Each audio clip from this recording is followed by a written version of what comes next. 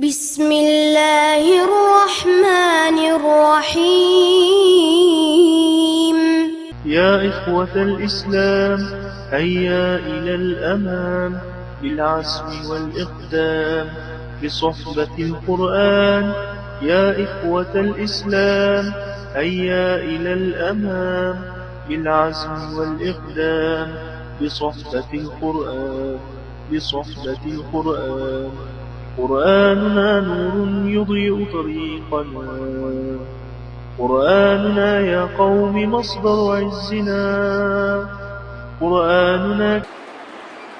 மதிப்புக்குரிய விரிவுரையாளர் அஷேக் SHM ஃபதில் நதீமி MA அவர்களே, நாங்கள் இந்த நிகழ்வினை தற்போது தொடர இருக்கின்றோம். எனவே வளவாளராக வருகை தந்திருக்கின்ற எங்களுடைய விரிவுரையாளர் அவர்களை அன்போடு வரவேற்பதோடு, எதிர்வருகின்ற வாரத்தில் புனித ரமலானை எதிர்நோக்கி இருக்கின்றோம். ரமலான் அல் குர்ஆனுடைய மாதம், அது மாஃபிரத்துடைய மாதம், அது பரக்கத்தினுடைய மாதம். எனவே இந்த ரமலானை நாங்கள் எவ்வாறு பயன்படுத்த வேண்டும், இந்த ரமலானின் ஊடாக எங்களுடைய ஆளுமைகளை எவ்வாறு மாற்ற வேண்டும், எவ்வாறு அதனை கட்டியெழுப்ப வேண்டும் என்ற ஒரு தலைப்பிலே இந்த நிகழ்வினை ஏற்பாடு செய்திருக்கின்றோம். எனவே தற்போது தாய்மார்களுக்காக இடம்பெறுகின்ற இந்த நிகழ்வு இன்று இஷா தொழுகையை தொடர்ந்து ஆண்களுக்கும் இடம்பெற இருக்கின்றது. அது CIG-யினுடைய பள்ளிவாசலிலே ரமலானும் அதனுடைய பாவ மன்னிப்பும் என்ற தலைப்பிலே இடம்பெற இருக்கின்றது. எனவே அதற்கு உங்களுடைய வீடுகளிலே இருக்கின்ற ஆண் சகோதரர்கள் அனைவரையும் அனுப்பி வைப்பீர்கள் என்று எதிர்பார்க்கின்றோம். அத்தோடு தற்போது இந்த நிகழ்வு எங்களுடைய இஸ்லாமிய வழிகாட்டல் நிலையத்தினுடைய இணையதளத்திலே நேரடியாக ஒளிபரப்பு செய்யப்பட்டுக் கொண்டிருக்கின்றது. எனவே இந்த நிகழ்வினை நீங்கள் மாத்திரமல்ல, வீடுகளிலே இருக்கின்ற, வெளியிடங்களிலே இருக்கின்ற, நாட்டுக்கு வெளியில் இருக்கின்றவர்கள் கூட அவதானித்துக் கொண்டிருக்கின்றார்கள். அந்த வகையில் நேரத்தை நாங்கள் எடுக்காமல் நிகழ்வினை ஆரம்பிப்பதற்காக வேண்டி எங்களுடைய விரிவுரையாளர் அவர்களை அன்போடு அழைக்கின்றோம். அல்ஹம்துலில்லாஹி ரப்பில் ஆலமீன் வஸ்ஸலாத்து வஸ்ஸலாமு அலா சய்யிதினா முஹம்மதின் வ அலா ஆலிஹி வ அஸ்ஹாபிஹி வ மன் தபிஅஹும் பி இஹ்சானின் இலா யௌமித்தீன். அம்மா பஅத். பெருமதிப்பிற்கும் கண்ணியத்துக்கும் உரிய இந்த இஸ்லாமிய வழிகாட்டல் நிலையத்தின் பொறுப்புதாரிகளே, இங்கு மிக ஆவலோடு இந்த அழைப்பு நிலையத்தினுடைய அதாவது அழைப்பை ஏற்று வருகை தந்திருக்கின்ற தாய்மார்களே, சகோதரிகளே, உங்கள் அனைவருக்கும் அஸ்ஸலாமு அலைக்கும் வரஹ்மத்துல்லாஹி வபரகாத்துஹு. இந்த சந்தர்ப்பத்திலே இஸ்லாமிய வழிகாட்டல் நிலையத்தின் இந்த மண்டபத்திலிருந்து உங்களோடு சில கருத்துக்களை பகிர்ந்து கொள்வதற்கான சந்தர்ப்பத்தை தந்தமைக்காக வேண்டி அல்லாஹு தாலாவுக்கு நான் சுக்ரு செய்கின்றேன். அல்ஹம்துலில்லாஹ். இரண்டாவதாக, பல்வேறுபட்ட வேலைகளுக்கும் சோழிகளுக்கும் மத்தியிலே இந்த இடத்துக்கு வருகை தந்திருக்கின்ற உங்கள் அனைவரையும் நான் தனிப்பட்ட முறையிலே வரவேற்பதிலே பெரும் மகிழ்ச்சி அடைகின்றேன். கண்ணியத்துக்குரிய தாய்மார்களே, சகோதரிகளே, இன்று நாங்கள் தெரிவு செய்திருக்கின்ற தலைப்பு முழுமையான இஸ்லாமிய ஆளுமையை கட்டி எழுப்புகின்ற ரமலான் என்பதாகும். இந்த தலைப்பு சம்பந்தமாக நாங்கள் இன்று இங்கு பேச இருக்கிறோம். இன்ஷா அல்லாஹ் எதிர்வரும் மாதம் இன்னும் ஒரு 15 நாட்கள் அன்னளவாக இருக்கின்றன, அல்லது அதற்கு சற்று அதிகமான நாட்கள் ரமலானுக்காக வேண்டி இருக்கிறது. இப்படியான சந்தர்ப்பத்திலே இந்த ரமலானை பற்றி சற்று தெரிந்து கொள்வது, அதற்காக வேண்டி உற்சாகமூட்டுவது, அதிலே இடம்பெறக்கூடிய அமல்கள் தொடர்பாக பேசுவது என்பது மிக பொருத்தமாக இருக்கும் என்று நான் கருதுகிறேன். ரசூலுல்லாஹி ஸல்லல்லாஹு அலைஹி வஸல்லம் அவர்கள் ஷாபானுடைய மாதம் வந்துவிட்டால் ரமலானுக்கு அடுத்தபடியாக மிக அதிகமாக நோன்பு நோக்கின்ற மாதமாக ஷாபானுடைய மாதம் இருந்தது என்று நாங்கள் வரலாற்றிலே பார்க்கிறோம். ஏன் அவர்கள் அதிகமாக அந்த மாதத்திலே நோன்பு நோற்றார்கள், அதற்கான காரணம் என்ன என்பதை நாங்கள் யோசித்து பார்க்கின்ற பொழுது, இந்த ரமலானை திடீரென்று நாங்கள் அடையக்கூடாது. அந்த ரமதானுக்கு ஒரு பயிற்சியை நேர்காலத்தோடு எடுக்க வேண்டும் என்ற நோக்கத்தோடு தான் அந்த ரமதானுக்கு முந்தியுள்ள ஷாபானுடைய மாதத்திலே மிக அதிகமாக அவர்கள் நோன்பிருப்பவர்களாக இருந்தார்கள். எனவே அப்படிப்பட்ட ஒரு மாதத்திலே தான் நாங்கள் இருக்கிறோம். அதுவும் அந்த மாதத்தின் ஏறத்தாழ அரைவாசி பகுதி கடந்துவிட்ட ஒரு சூழ்நிலையிலே இருக்கிறோம். இந்த சந்தர்ப்பத்தில் இந்த ரமதானை பற்றி அதிகமாக யோசிப்பது கடமை என்ற கருத்தில் தான் இன்றைய நிகழ்ச்சி ஒழுங்கு செய்யப்பட்டிருக்கிறது. கணியத்துக்குரிய தாய்மார்களே, சகோதரிகளே, ஒரு மனிதனுடைய வாழ்க்கையிலே ரமலான்கள் பல வந்துவிட்டு போயிருக்கின்றன. ஒரு மனிதன் 60 வருஷம் இந்த கால உலகத்திலே வாழ்ந்திருக்கிறான் என்று வைத்துக் கொள்வோம். அவன் சுமாராக ஒரு 10 வயதிலே நோன்பிருப்பதற்கு ஆரம்பித்தான் என்று வைத்துக் கொண்டால் 50 ரமலான்களை அவன் கடன்கிறான். அப்படியாக இருந்தால் அவனுடைய வாழ்க்கையில என்ன மாற்றம் ஏற்பட்டது? ரமதானுக்குள் நுழைந்து வெளிவருகின்ற பொழுது ஒரு ஆன்மீக குளியறலை, ஒரு பாத்ரூமுக்குள், ஒரு வாஷ்ரூமுக்குள் இருந்து வெளிவந்தது போன்று அவனுடைய பாவக்கரைகள் எல்லாம் களையப்பட்டு அவன் ஒரு புதிய மனிதனாக மாறுகிறான். அப்படியாக இருந்தால் அடுத்த 11 மாதங்களுக்கு தேவையான ஆன்மீக பயிற்சி அவனுக்கு முழுமையாக அந்த முழு மாதத்திலும் வழங்கப்பட்டு அவன் ஒரு புது மனிதனாக ஆக்கப்படுகிறான். அது எவ்வளவு பெரிய பாக்கியம்! அந்த பாக்கியத்தை எங்களில் எத்தனை பேர் நாங்கள் அடைந்திருக்கிறோம், தக்க வைத்திருக்கிறோம் என்பது மிக முக்கியமான விஷயம். இன்னும் ஒரு விஷயத்தையும் இந்த இடத்திலே நாங்கள் ஞாபகப்படுத்த வேண்டும். ரசூலுல்லாஹி ஸல்லல்லாஹு அலைஹி வஸல்லம் அவர்கள் இந்த மாதத்திலே, ஷாபானுடைய மாதத்திலே ரமலானுடைய வருகையை பற்றி மிக அதிகமாக ஞாபகப்படுத்துவார்கள். அப்படியான ஒரு ரமலான் வர இருக்கிறது, எனவே தயாராகுங்கள் என்று சொல்வார்கள். சில சஹாபாக்கள் இதற்காக வேண்டி விசேடமாக இந்த ரமலானை எதிர்நோக்கி குளித்துக் கொள்வார்கள். குறிப்பாக இப்னு உமர் ரலியல்லாஹு தஆலா அன்ஹு அவர்கள் ரமலானுடைய வருகைக்காக வேண்டி தன்னை விசேஷமாக தயார்படுத்துவார்கள் என்று ஹதீஸ்களிலே வந்திருக்கிறது. சில பெரியார்கள், எங்களுடைய சலஃபு சாலிஹீன்கள் என்று நாங்கள் சொல்வோம், அவர்கள் ரமலான் முடிந்து 6 மாதம் வரைக்கும் ஒரு துஆவை கேட்பார்களாம்.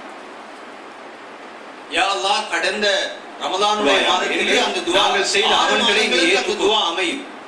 அடுத்த 6 மாதங்களுக்கு அவருடைய துஆ எப்படி அமையும்? யா அல்லாஹ், அடுத்த ரமலானை எத்தக்கூடிய பாக்கியத்தை எங்களுக்கு தருவாயா.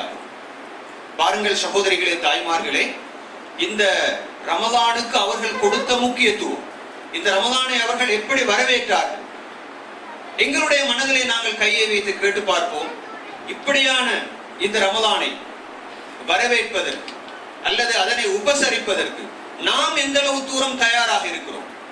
ஒரு வகையில் பயமாக இருக்கிறதா, அச்சமாக இருக்கிறதா? அது வந்தால் எங்களுடைய டைம் டேபிளிலே ஒரு பெரிய மாற்றம் ஒன்று ஏற்பட்டுவிடும். எங்களுடைய உணவு பழக்க வழக்கங்கள் எல்லாவற்றையும் குறைத்துக் கொள்ள வேண்டி வரும். அதிகமாக நின்று வணங்க வேண்டி வரும். பசித்திருக்க வேண்டி வரும். அறுசுவை உண்டிகளை பகல் காலத்திலே சாப்பிடுவதற்கு முடியாமல் போய்விடும். பயணங்களை எல்லாம் மேற்கொள்ள முடியாமல் போய்விடும் என்ற அச்சம், பயம் வருகிறதா? அல்லது இல்லை, அப்படி அல்ல, மாறாக அல்லாஹ் தஆலா தருகின்ற ஒரு பெரிய பாக்கியம், அப்படியான ஒரு பாக்கியம் எங்களை நோக்கி வந்து கொண்டிருக்கிறது. ஒரு விருந்தாளி எங்களை நோக்கி வருகிறார். அந்த விருந்தாளி எங்களை உபசரிக்க வருகிறார். பரிசுகளை எடுத்துக்கொண்டு வருகிறார். அபரிமிதமான நன்மைகளை எடுத்துக்கொண்டு எங்களை நோக்கி வந்து கொண்டிருக்கிறார். எனவே அவரை நாங்கள் மிகச் சரியாக உபசரிக்க வேண்டும். அவர் எங்களை விட்டும் அல்லாஹ்விடத்திலே மீண்டும் செல்லுகின்ற பொழுது அவர் எங்களை பற்றி மிக நல்ல அபிப்பிராயத்தோடு போய் அல்லாஹ்விடத்திலே சென்று எங்களை பற்றி சிறப்பாக பேச வேண்டும் என்ற நோக்கத்தோடு தான் நாங்கள் இப்போது இருந்து கொண்டிருக்கிறோமா என்று எங்களுடைய மனதிலே நாங்கள் கையை வைத்து கேட்டு பார்ப்போம். உண்மையாகவே மிக ஆழமான ஈமான் உள்ளவர்கள் ஒரு நாளும் ரமலானை ஒரு பாரமாக கருத மாட்டார்கள். மாறாக ஈமானிலே பலகீனம் உள்ளவர்கள், இஸ்லாத்தின் மீது பற்றில்லாதவர்கள், இஸ்லாத்தை வெறுக்கக்கூடியவர்கள் தான் நிச்சயமாக ரமலானை ஒரு பாக்கியம் குறைந்த ஒன்றாக, ஒரு பாரமானதாக, ஒரு அபசகுணம் மிக்கதாக கருதுவார்கள் என்பதிலே எந்த விதமான சந்தேகமும் இருக்க முடியாது என்று நான் கருதுகிறேன்.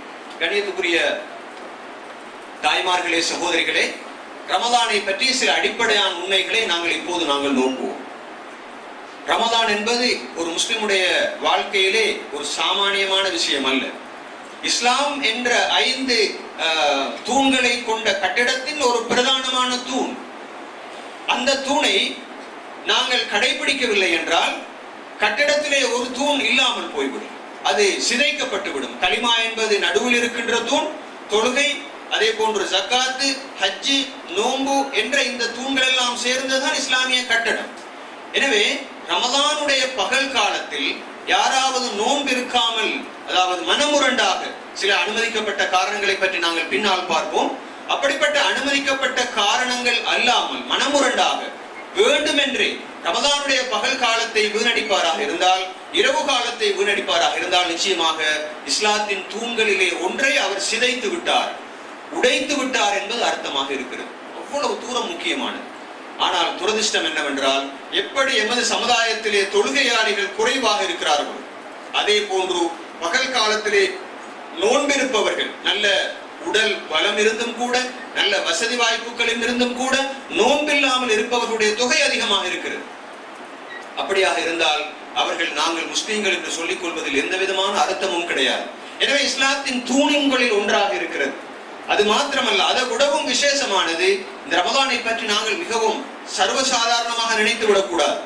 ஷஹ்ரு ரமலான் அல்லதி உன்ஸில ஃபீஹில் குர்ஆன், இந்த ரமலானுடைய மாதத்தில் தான் இந்த குர்ஆன் இறக்கப்பட்டது. பாருங்கள் இவ்வளவு தூரம் மிக முக்கியமானது என்று. ஃபமன் ஷஹித மின்கும் ஷஹ்ர ஃபல்யஸும், எனவே அந்த குர்ஆனுடைய மாதத்தை யார் அடைந்து கொள்கிறார்களோ அவர்கள் நோன்பு இருக்கட்டும் என்று பின்னால் அல்லாஹ் தஆலா சொல்லுகிறார். இங்கு முன்னால் உள்ள வசனத்தை மிக கவனமாக நாங்கள் நோட்டமிட வேண்டும். இந்த ரமலானுடைய மாதம் மிக பாக்கியமான மாதம். காரணம், நேர்வழிகள், தெளிவான அத்தாட்சிகளை கொண்ட அல் குர்ஆன் இறக்கப்பட்ட வேதம் மாதமாக அது இருக்கிறது. அவ்வளவு பெரிய கண்ணியத்துக்குரிய வேதம் அருளப்பட்ட மாதமாக இருப்பதனால்தான் அந்த மாதத்தை முழு விழா கோலம் பூணக்கூடிய ஒரு மாதமாக அல்லாஹ் தஆலா ஆக்கி இருக்கிறான். எனவே அந்த குர்ஆனுடைய போதனைகள் எல்லாவற்றையும் முழுமையாக நடைமுறைப்படுத்தக்கூடிய ஒரு சந்தர்ப்பமாக அந்த மாதத்தை அல்லாஹ் தஆலா ஆக்கி அந்த வேதத்தை கண்ணியப்படுத்தி இருக்கிறான். அந்த மாதத்தை அந்த வேதத்தின் மூலமாக கண்ணியப்படுத்தி இருக்கிறான். எனவே அது மிக முக்கியமான விஷயம். முதலாவது ஈமான், இஸ்லாத்தின் தூண்களிலே ஒன்று அந்த ரமலானுடைய நோன்பு அல்லது ரமலானுடைய காலத்து வணக்கங்கள் என்பன. இரண்டாவதாக இந்த முழு உலகத்துக்கும் வழிகாட்டியாக வந்த மறுமை நாள் வரைக்கும் வேறு எந்த வேதமும் கிடையாது. மனித சமுதாயத்தினுடைய ஆத்மீக ரீதியான எழுச்சியாக இருக்கலாம், லௌகீக ரீதியான எழுச்சியாக இருக்கலாம், குடும்ப வாழ்வாக இருக்கலாம், பொருளாதாரமாக இருக்கலாம், அரசியலாக இருக்கலாம், தனிநபர்களோடு தொடர்பான விஷயமாக இருக்கலாம், எல்லா விஷயங்கள் தொடர்பான வழிகாட்டல்களையும் உள்ளடக்கிய அல் குர்ஆன் இறக்கப்பட்ட மாதம் இந்த ரமலானுடைய மாதம். எனவே அந்த அல் குர்ஆன் மிகவும் ஜோதிமிக்கது, மிகவும் பாக்கியமானது, எங்களுக்கு தேவையான சகல வழிகாட்டல்களையும் கொண்டிருக்கிறது. அல்லாஹ் தஆலா மனித சமுதாயம் இப்படித்தான் வாழ வேண்டும் என்று சொல்லி இருக்கின்ற அந்த கைநூல் இறக்கப்பட்ட மாதமாக அல் குர்ஆனுடைய அந்த ரமலானுடைய மாதம் இருப்பதனால் அதனை நாங்கள் சிறப்புக்குரிய மாதம் என்று சொல்கிறோம். அது சாமானியமானதல்ல. இன்னும் சுமாராக அல்லது ஒரு 2 கிழமையிலே அல்லது 3 கிழமையிலே வரக்கூடிய அந்த மாதம் அப்படிப்பட்டது. எனவே நாங்கள் யோசிக்க வேண்டும், இந்த வரக்கூடிய இந்த ரமலானுடைய மாதம் என்பது என்னுடைய வாழ்க்கையிலே மிக முக்கியமான ஒரு மாற்றத்தை ஏற்படுத்துவதற்கு வருகின்ற மாதம். அது ஷாபானை போன்று, ஷவ்வாலை போன்று, தில்ஹிஜ்ஜாவை போன்று உள்ள ஒரு மாதம் அல்ல. மாதங்களுக்கு மத்தியில் சிரேஷ்டமான ஒரு மாதம். அதிலே தான் இந்த அல் குர்ஆன் இறக்கப்பட்டது. அது மாத்திரமல்ல, லைலத்துல் கத்ர் எனப்படக்கூடிய மிகவும் கனதி மிக்க பெருமதியான வித்தியாசமான ஒரு இரவை அந்த ரமலான் மாதம் தன்னகத்தை கொண்டிருக்கிறது. குர்ஆனிலே அல்லாஹ் தஆலா லைலத்துல் கத்ரை பற்றி சொல்லுகின்ற பொழுது கைரும் மின் அல்ஃபி ஷஹர், 1000 மாதங்களை விடவும் அந்த மாதம் சிறப்பானது என்று சொல்லுகிறான். அவ்வளவு கண்ணியமானது என்று சொல்லுகிறான். அவ்வளவு பெரிய மகத்தான, உதாரணமாக 1000 வருஷங்கள் ஒரு மனிதர் தொடர்ந்தும் வணக்கம் செய்தால் எவ்வளவு பெரிய நன்மைகளை அடைந்து கொள்வாரோ அந்த அளவு நன்மைகளை அடைந்து கொள்ளக்கூடிய இரவை தன்னகத்தை கொண்டிருப்பது இந்த ரமலானுடைய மாதத்தின் சிறப்பு பண்பாக இருக்கிறது. அதற்கென்று சூரா ஒன்றே அல்லாஹ் தஆலா தனியாக இறக்கி இருக்கிறான். அந்த மாதத்தின் அந்த இரவின் இரவு பகுதி, அதாவது ஜிப்ரைல் அலைஹிஸ்ஸலாம் அவர்கள் உலகத்துக்கு வருகிறார்கள், மலக்குகள் வருகிறார்கள். அடுத்த ஒரு வருஷத்துக்குரிய முழு திட்டமிடலும் உலகத்தை பொறுத்தவரையில் அந்த இரவிலே தான் நடக்கிறது. அப்படியான பாக்கியமிக்க ஒரு இரவை தன்னகத்தை கொண்டிருக்கிற மாதம் என்றால் அந்த மாதம் சாதாரணமான ஒரு மாதம் அல்ல. எனவே 3 காரணங்களுக்காக வேண்டி நாங்கள் இதுவரை பார்த்தோம். அது மாத்திரமல்ல, அந்த மாதத்திலே யாராவது ஒருவர் நோன்பிருப்பாராக இருந்தால் அவருடைய வாயிலிருந்து ஏதாவது ஒரு துர்வாற்றம் வேஷமாக இருந்தால் அதற்காக வேண்டி மிஸ்வாக் செய்யாமல் இருக்க வேண்டும், பல் துலக்காமல் இருக்க வேண்டும் என்று நீங்கள் தப்பாக யோசித்து விடக்கூடாது. நான் ஒரு சட்டத்தையும் சொல்லிக் கொண்டு போகிறேன். சிலரிடத்திலே ஒரு தப்பான அபிப்பிராயம் இருக்கிறது. நோன்பு இருந்தால் பல்லு விளக்க வேண்டிய அவசியம் இல்லை, அதனால் நோன்புக்கு பாதிப்பு ஏற்படும் என்று. நிச்சயமாக அப்படி எதுவும் கிடையாது. நாங்கள் எந்த நேரத்திலே தூங்கி எழும்புகின்றோமோ அந்த நேரத்திலே ஒன்று மிஸ்வாக்கினால் எமது பல்லை துலக்கிக் கொள்ள முடியும், அல்லது டூத் பேஸ்டினால் பல்லை துலக்கிக் கொள்ள முடியும். ஆனால் நன்றாக வாயை கொப்பளித்து அதனுடைய சாறுகள் முழுமையாக வெளியே போவதற்கான ஏற்பாடுகளை நாங்கள் செய்து கொள்ள வேண்டும். எனவே 5 நேர தொழுகைக்கு முன்னாலும் கூட அந்த சுத்தத்தை செய்து கொள்வது உண்மையில் வரவேற்கத்தக்கது ஒரு சுன்னா. எனவே பல்லை விளக்காமல் இருப்பதுதான் சிறந்தது என்பது அல்ல. சில நேரம் அதனையும் மீறி நாங்கள் வாயை துப்புரவு செய்வோம், அதனை மீறி அந்த வாசனை வருமாக இருந்தால் அல்லாஹ்விடத்திலே அது ஒரு கஸ்தூரி வாசமாக கருதப்படும் என்ற கருத்தை ரசூல் ஸல்லல்லாஹு அலைஹி வஸல்லம் அவர்கள் ஹதீஸிலே சொல்லி இருக்கிறார்கள். அது மாத்திரமல்ல, இந்த மாதத்திலே தான் பாவ மன்னிப்புக்கான சந்தர்ப்பம் மிக அதிகமாக வழங்கப்படுகிறது. நரகத்திலிருந்து விடுதலையாக கூடிய பாக்கியத்தை அல்லாஹ் தஆலா தருகிறான். மலக்குகள் இறங்கிக் கொண்டிருக்கிறார்கள்.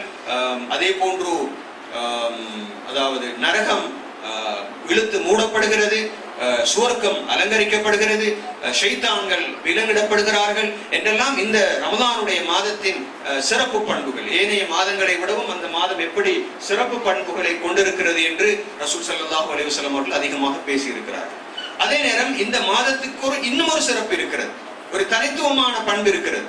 ஏனைய காலங்களிலே நாங்கள் ஒரு அமலை செய்கின்ற பொழுது எங்களுக்கு கிடைக்கின்ற நன்மையிலே நாங்கள் ஒரு அமலை செய்கிறோம், ஆனால் ரமலான் காலத்திலே அதே அமலை செய்கிறோம் என்று வைத்துக் கொள்வோம். உதாரணமாக நீங்கள் குர்ஆனை ஓதுகிறீர்கள்.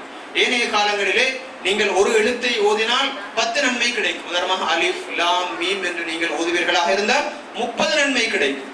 ஆனால் ரமலானுடைய காலத்தை பொறுத்தவரையில் அது பகல் காலமாக இருக்கலாம், இரவு காலமாக இருக்கலாம். குல்லு அமல் இப்னி ஆதம் யுதாஃப் அல் ஹஸனத்து அஷ்ரு அம்சாலிஹா. அந்த மாதத்தை பொறுத்தவரையிலே பல மடங்காக நன்மைகள் எழுதப்படும், பல மடங்காக. சில நேரங்களில் அது 10 மடங்காக அமையும், சில நேரம் அது 700 மடங்காக கூட அதனுடைய நன்மைகள் அதிகரிக்கக்கூடிய வாய்ப்பு இருக்கிறது. அந்த மனிதனுடைய உள்ளத்தின் தூய்மையை பொறுத்து அல்லாஹ் தஆலாவிடத்திலே இருந்து எனக்கு கூலி அதிகமாக கிட்ட வேண்டும் என்ற நோக்கத்தோடு அவன் அதனை செய்வானாக இருந்தால் நிச்சயமாக அவனுக்கு சில நேரம் 700 மடங்கு நன்மை கிடைக்கும். 700 மடங்கு என்றால் நீங்கள் சற்று யோசித்து பாருங்கள். ஒரு நன்மைக்கு ஒரு நன்மை தான், ஆனால் சில நேரம் 700 நன்மை ஒரு நன்மைக்கு கிடைக்கும். அந்த பாக்கியம் ஏனைய மாதங்களிலே கிடைக்க மாட்டாது. இது சஹீஹான ஒரு ஹதீஸ். அந்த வகையில் நாங்கள் யோசித்து பார்ப்போம், இந்த ரமலானுடைய ஒவ்வொரு செகண்டும் எவ்வளவு பெருமதியானது. நான் இந்த இடத்திலே ஒரு விஷயத்தை ஞாபகப்படுத்த வேண்டும். கண்ணியத்துக்குரிய தாய்மார்களே, சகோதரிகளே, நீங்கள் சற்று நுணுக்கமாக யோசித்து பாருங்கள். ரமலானுடைய காலத்திலே ஒரு நன்மையை செய்தால் 700 வரைக்கும் நன்மை கிடைக்கும் என்பது ஒரு பக்கம். அடுத்த பக்கம் என்னவென்றால், இப்படியான அருமையான ஒரு சந்தர்ப்பத்தை பயன்படுத்தாமல் விடுவது என்பது ஒரு பாவம். அதனை விடவும் பெரிய பாவம் ரமலானுடைய காலத்திலே பாவம் செய்வது.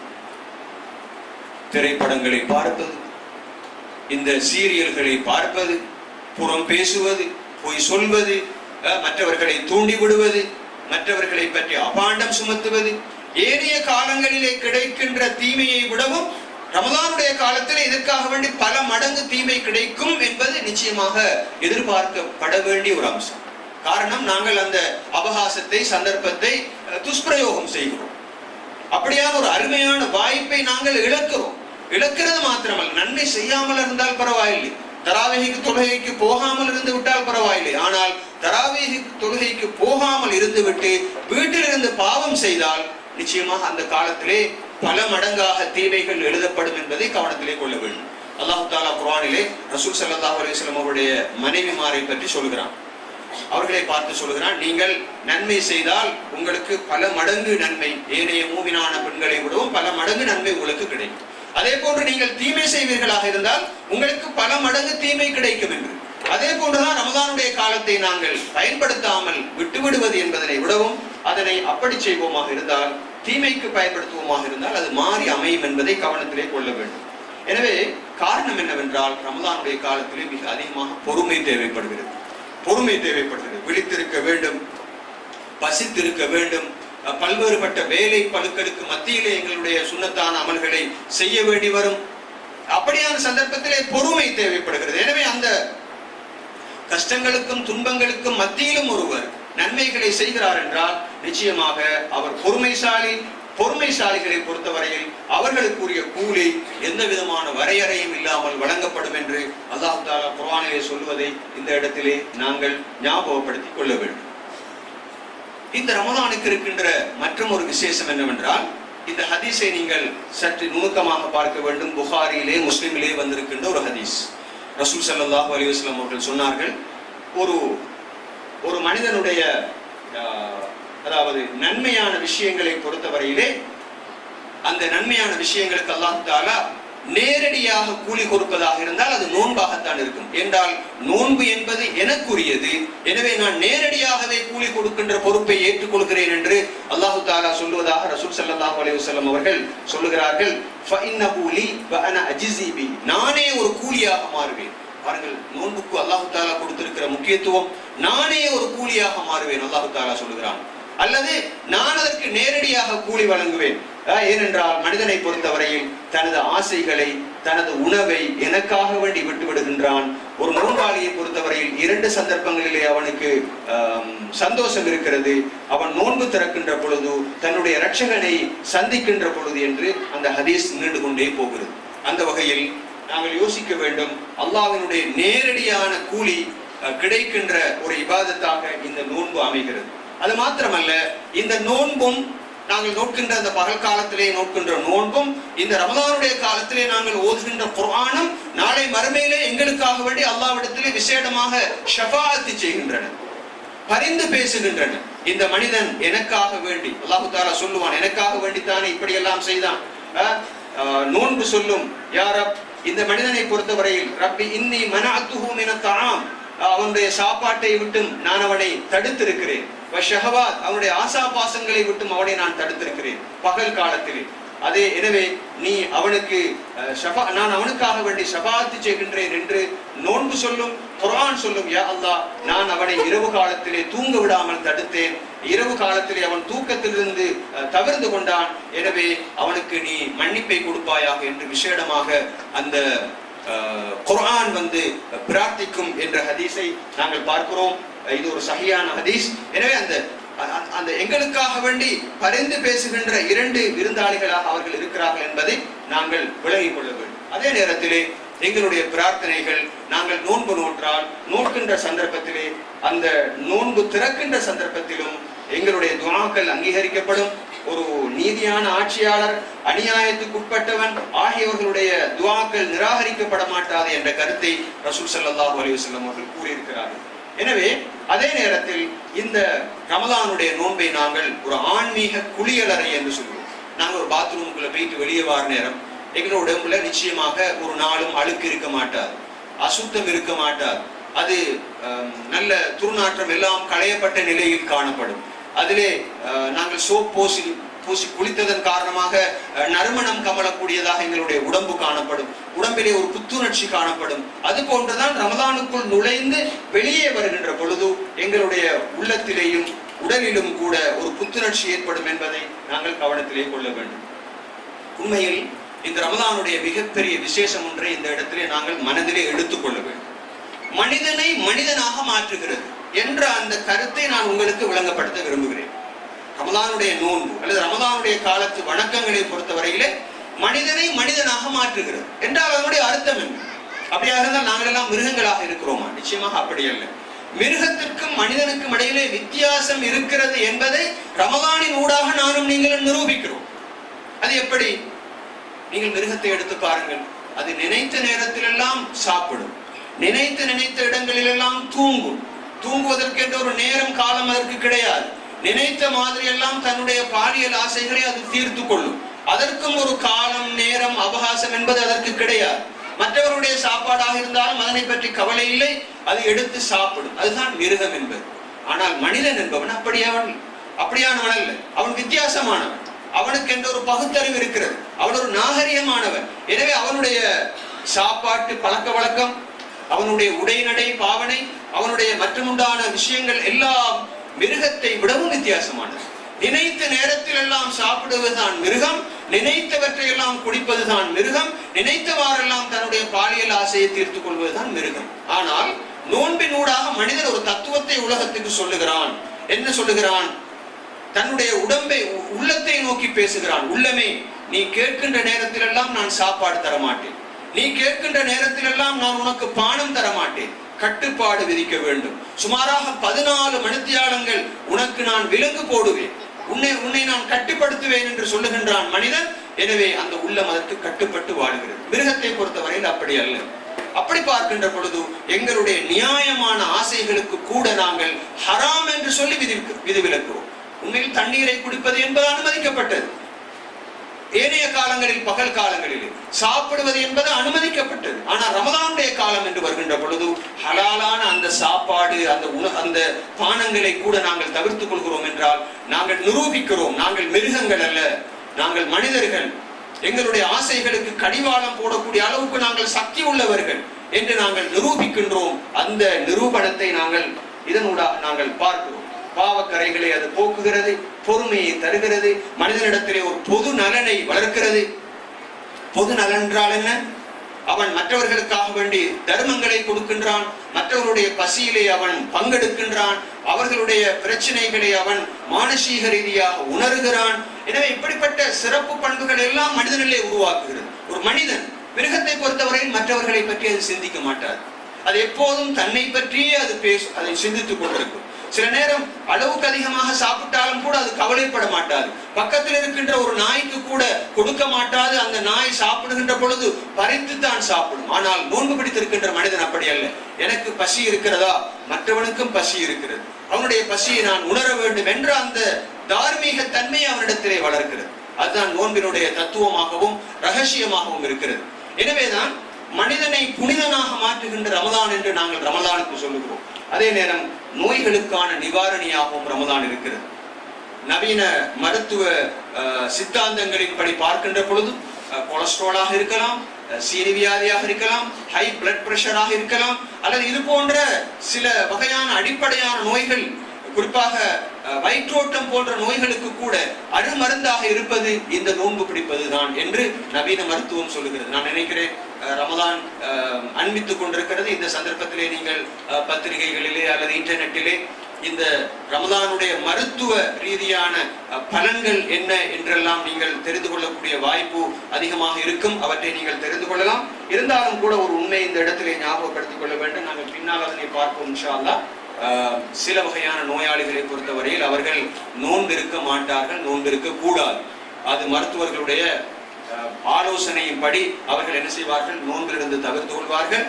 நிரந்தரமாகவே அவர்களுக்கு நோன்பு பிடிக்க முடியாவிட்டால் அவர்கள் நோன்பை ஒரு பொழுதும் பிடிக்க மாட்டார்கள். அதற்காக வேண்டி அவர்கள் ஃபிதியா கொடுப்பார்கள். உங்களுக்கு தெரியும், அதனை பற்றி நாங்கள் இறுதியாக நாங்கள் பேசுவோம். சில வகையான நோய்களை பொறுத்தவரையில் நோன்பு பிடிப்பது என்பது அவர்களுடைய நோயை இன்னும் அதிகரிக்கும் என்ற ஒரு நிலை காணப்படுமாக இருந்தால் அவர்கள் நோன்பு பிடிக்க கூடாது. குர்ஆனிலே அல்லாஹ் தஆலா 2 சாரார் நோன்பு பிடிக்க வேண்டிய அவசியம் இல்லை, அவர்கள் பின்னால் கலா செய்து கொள்ளலாம் என்று சொல்கிறான்.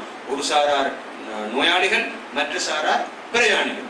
அந்த பிரயாணத்திலே இருந்து கொண்டிருக்கின்ற பொழுது நோன்பு பிடிப்பதிலே சிரமம் இருக்கும் கண்டால் நோன்பை அவர்கள் விடலாம். அதே போன்று நோயாக இருக்கின்ற பொழுது, எனவே இவர்களுக்கு அதில் சிரமம் இருக்குமாக இருந்தால் அல்லாஹ் தஆலா மனிதனுடைய இயல்பை நன்றாக புரிந்தவன், பலாத்காரப்படுத்த மாட்டான், மனிதனை அவனுடைய இயல்புக்கு அதிகமாக நிர்பந்திக்க மாட்டான் என்பதனால் அப்படியான உண்மையை நாங்கள் பார்க்கிறோம். இது நாங்கள் பார்க்க வேண்டிய விஷயம். நோன்பு யார் மீது கடமை, யார் மீது கடமை இல்லை என்ற விஷயத்தை நாங்கள் இப்போது பார்ப்போம். இந்த சாராருக்கு நோன்பிலிருந்து விதிவிலக்கு அளிக்கப்படுகிறது. அவர்கள் யார்? காபிர்கள்.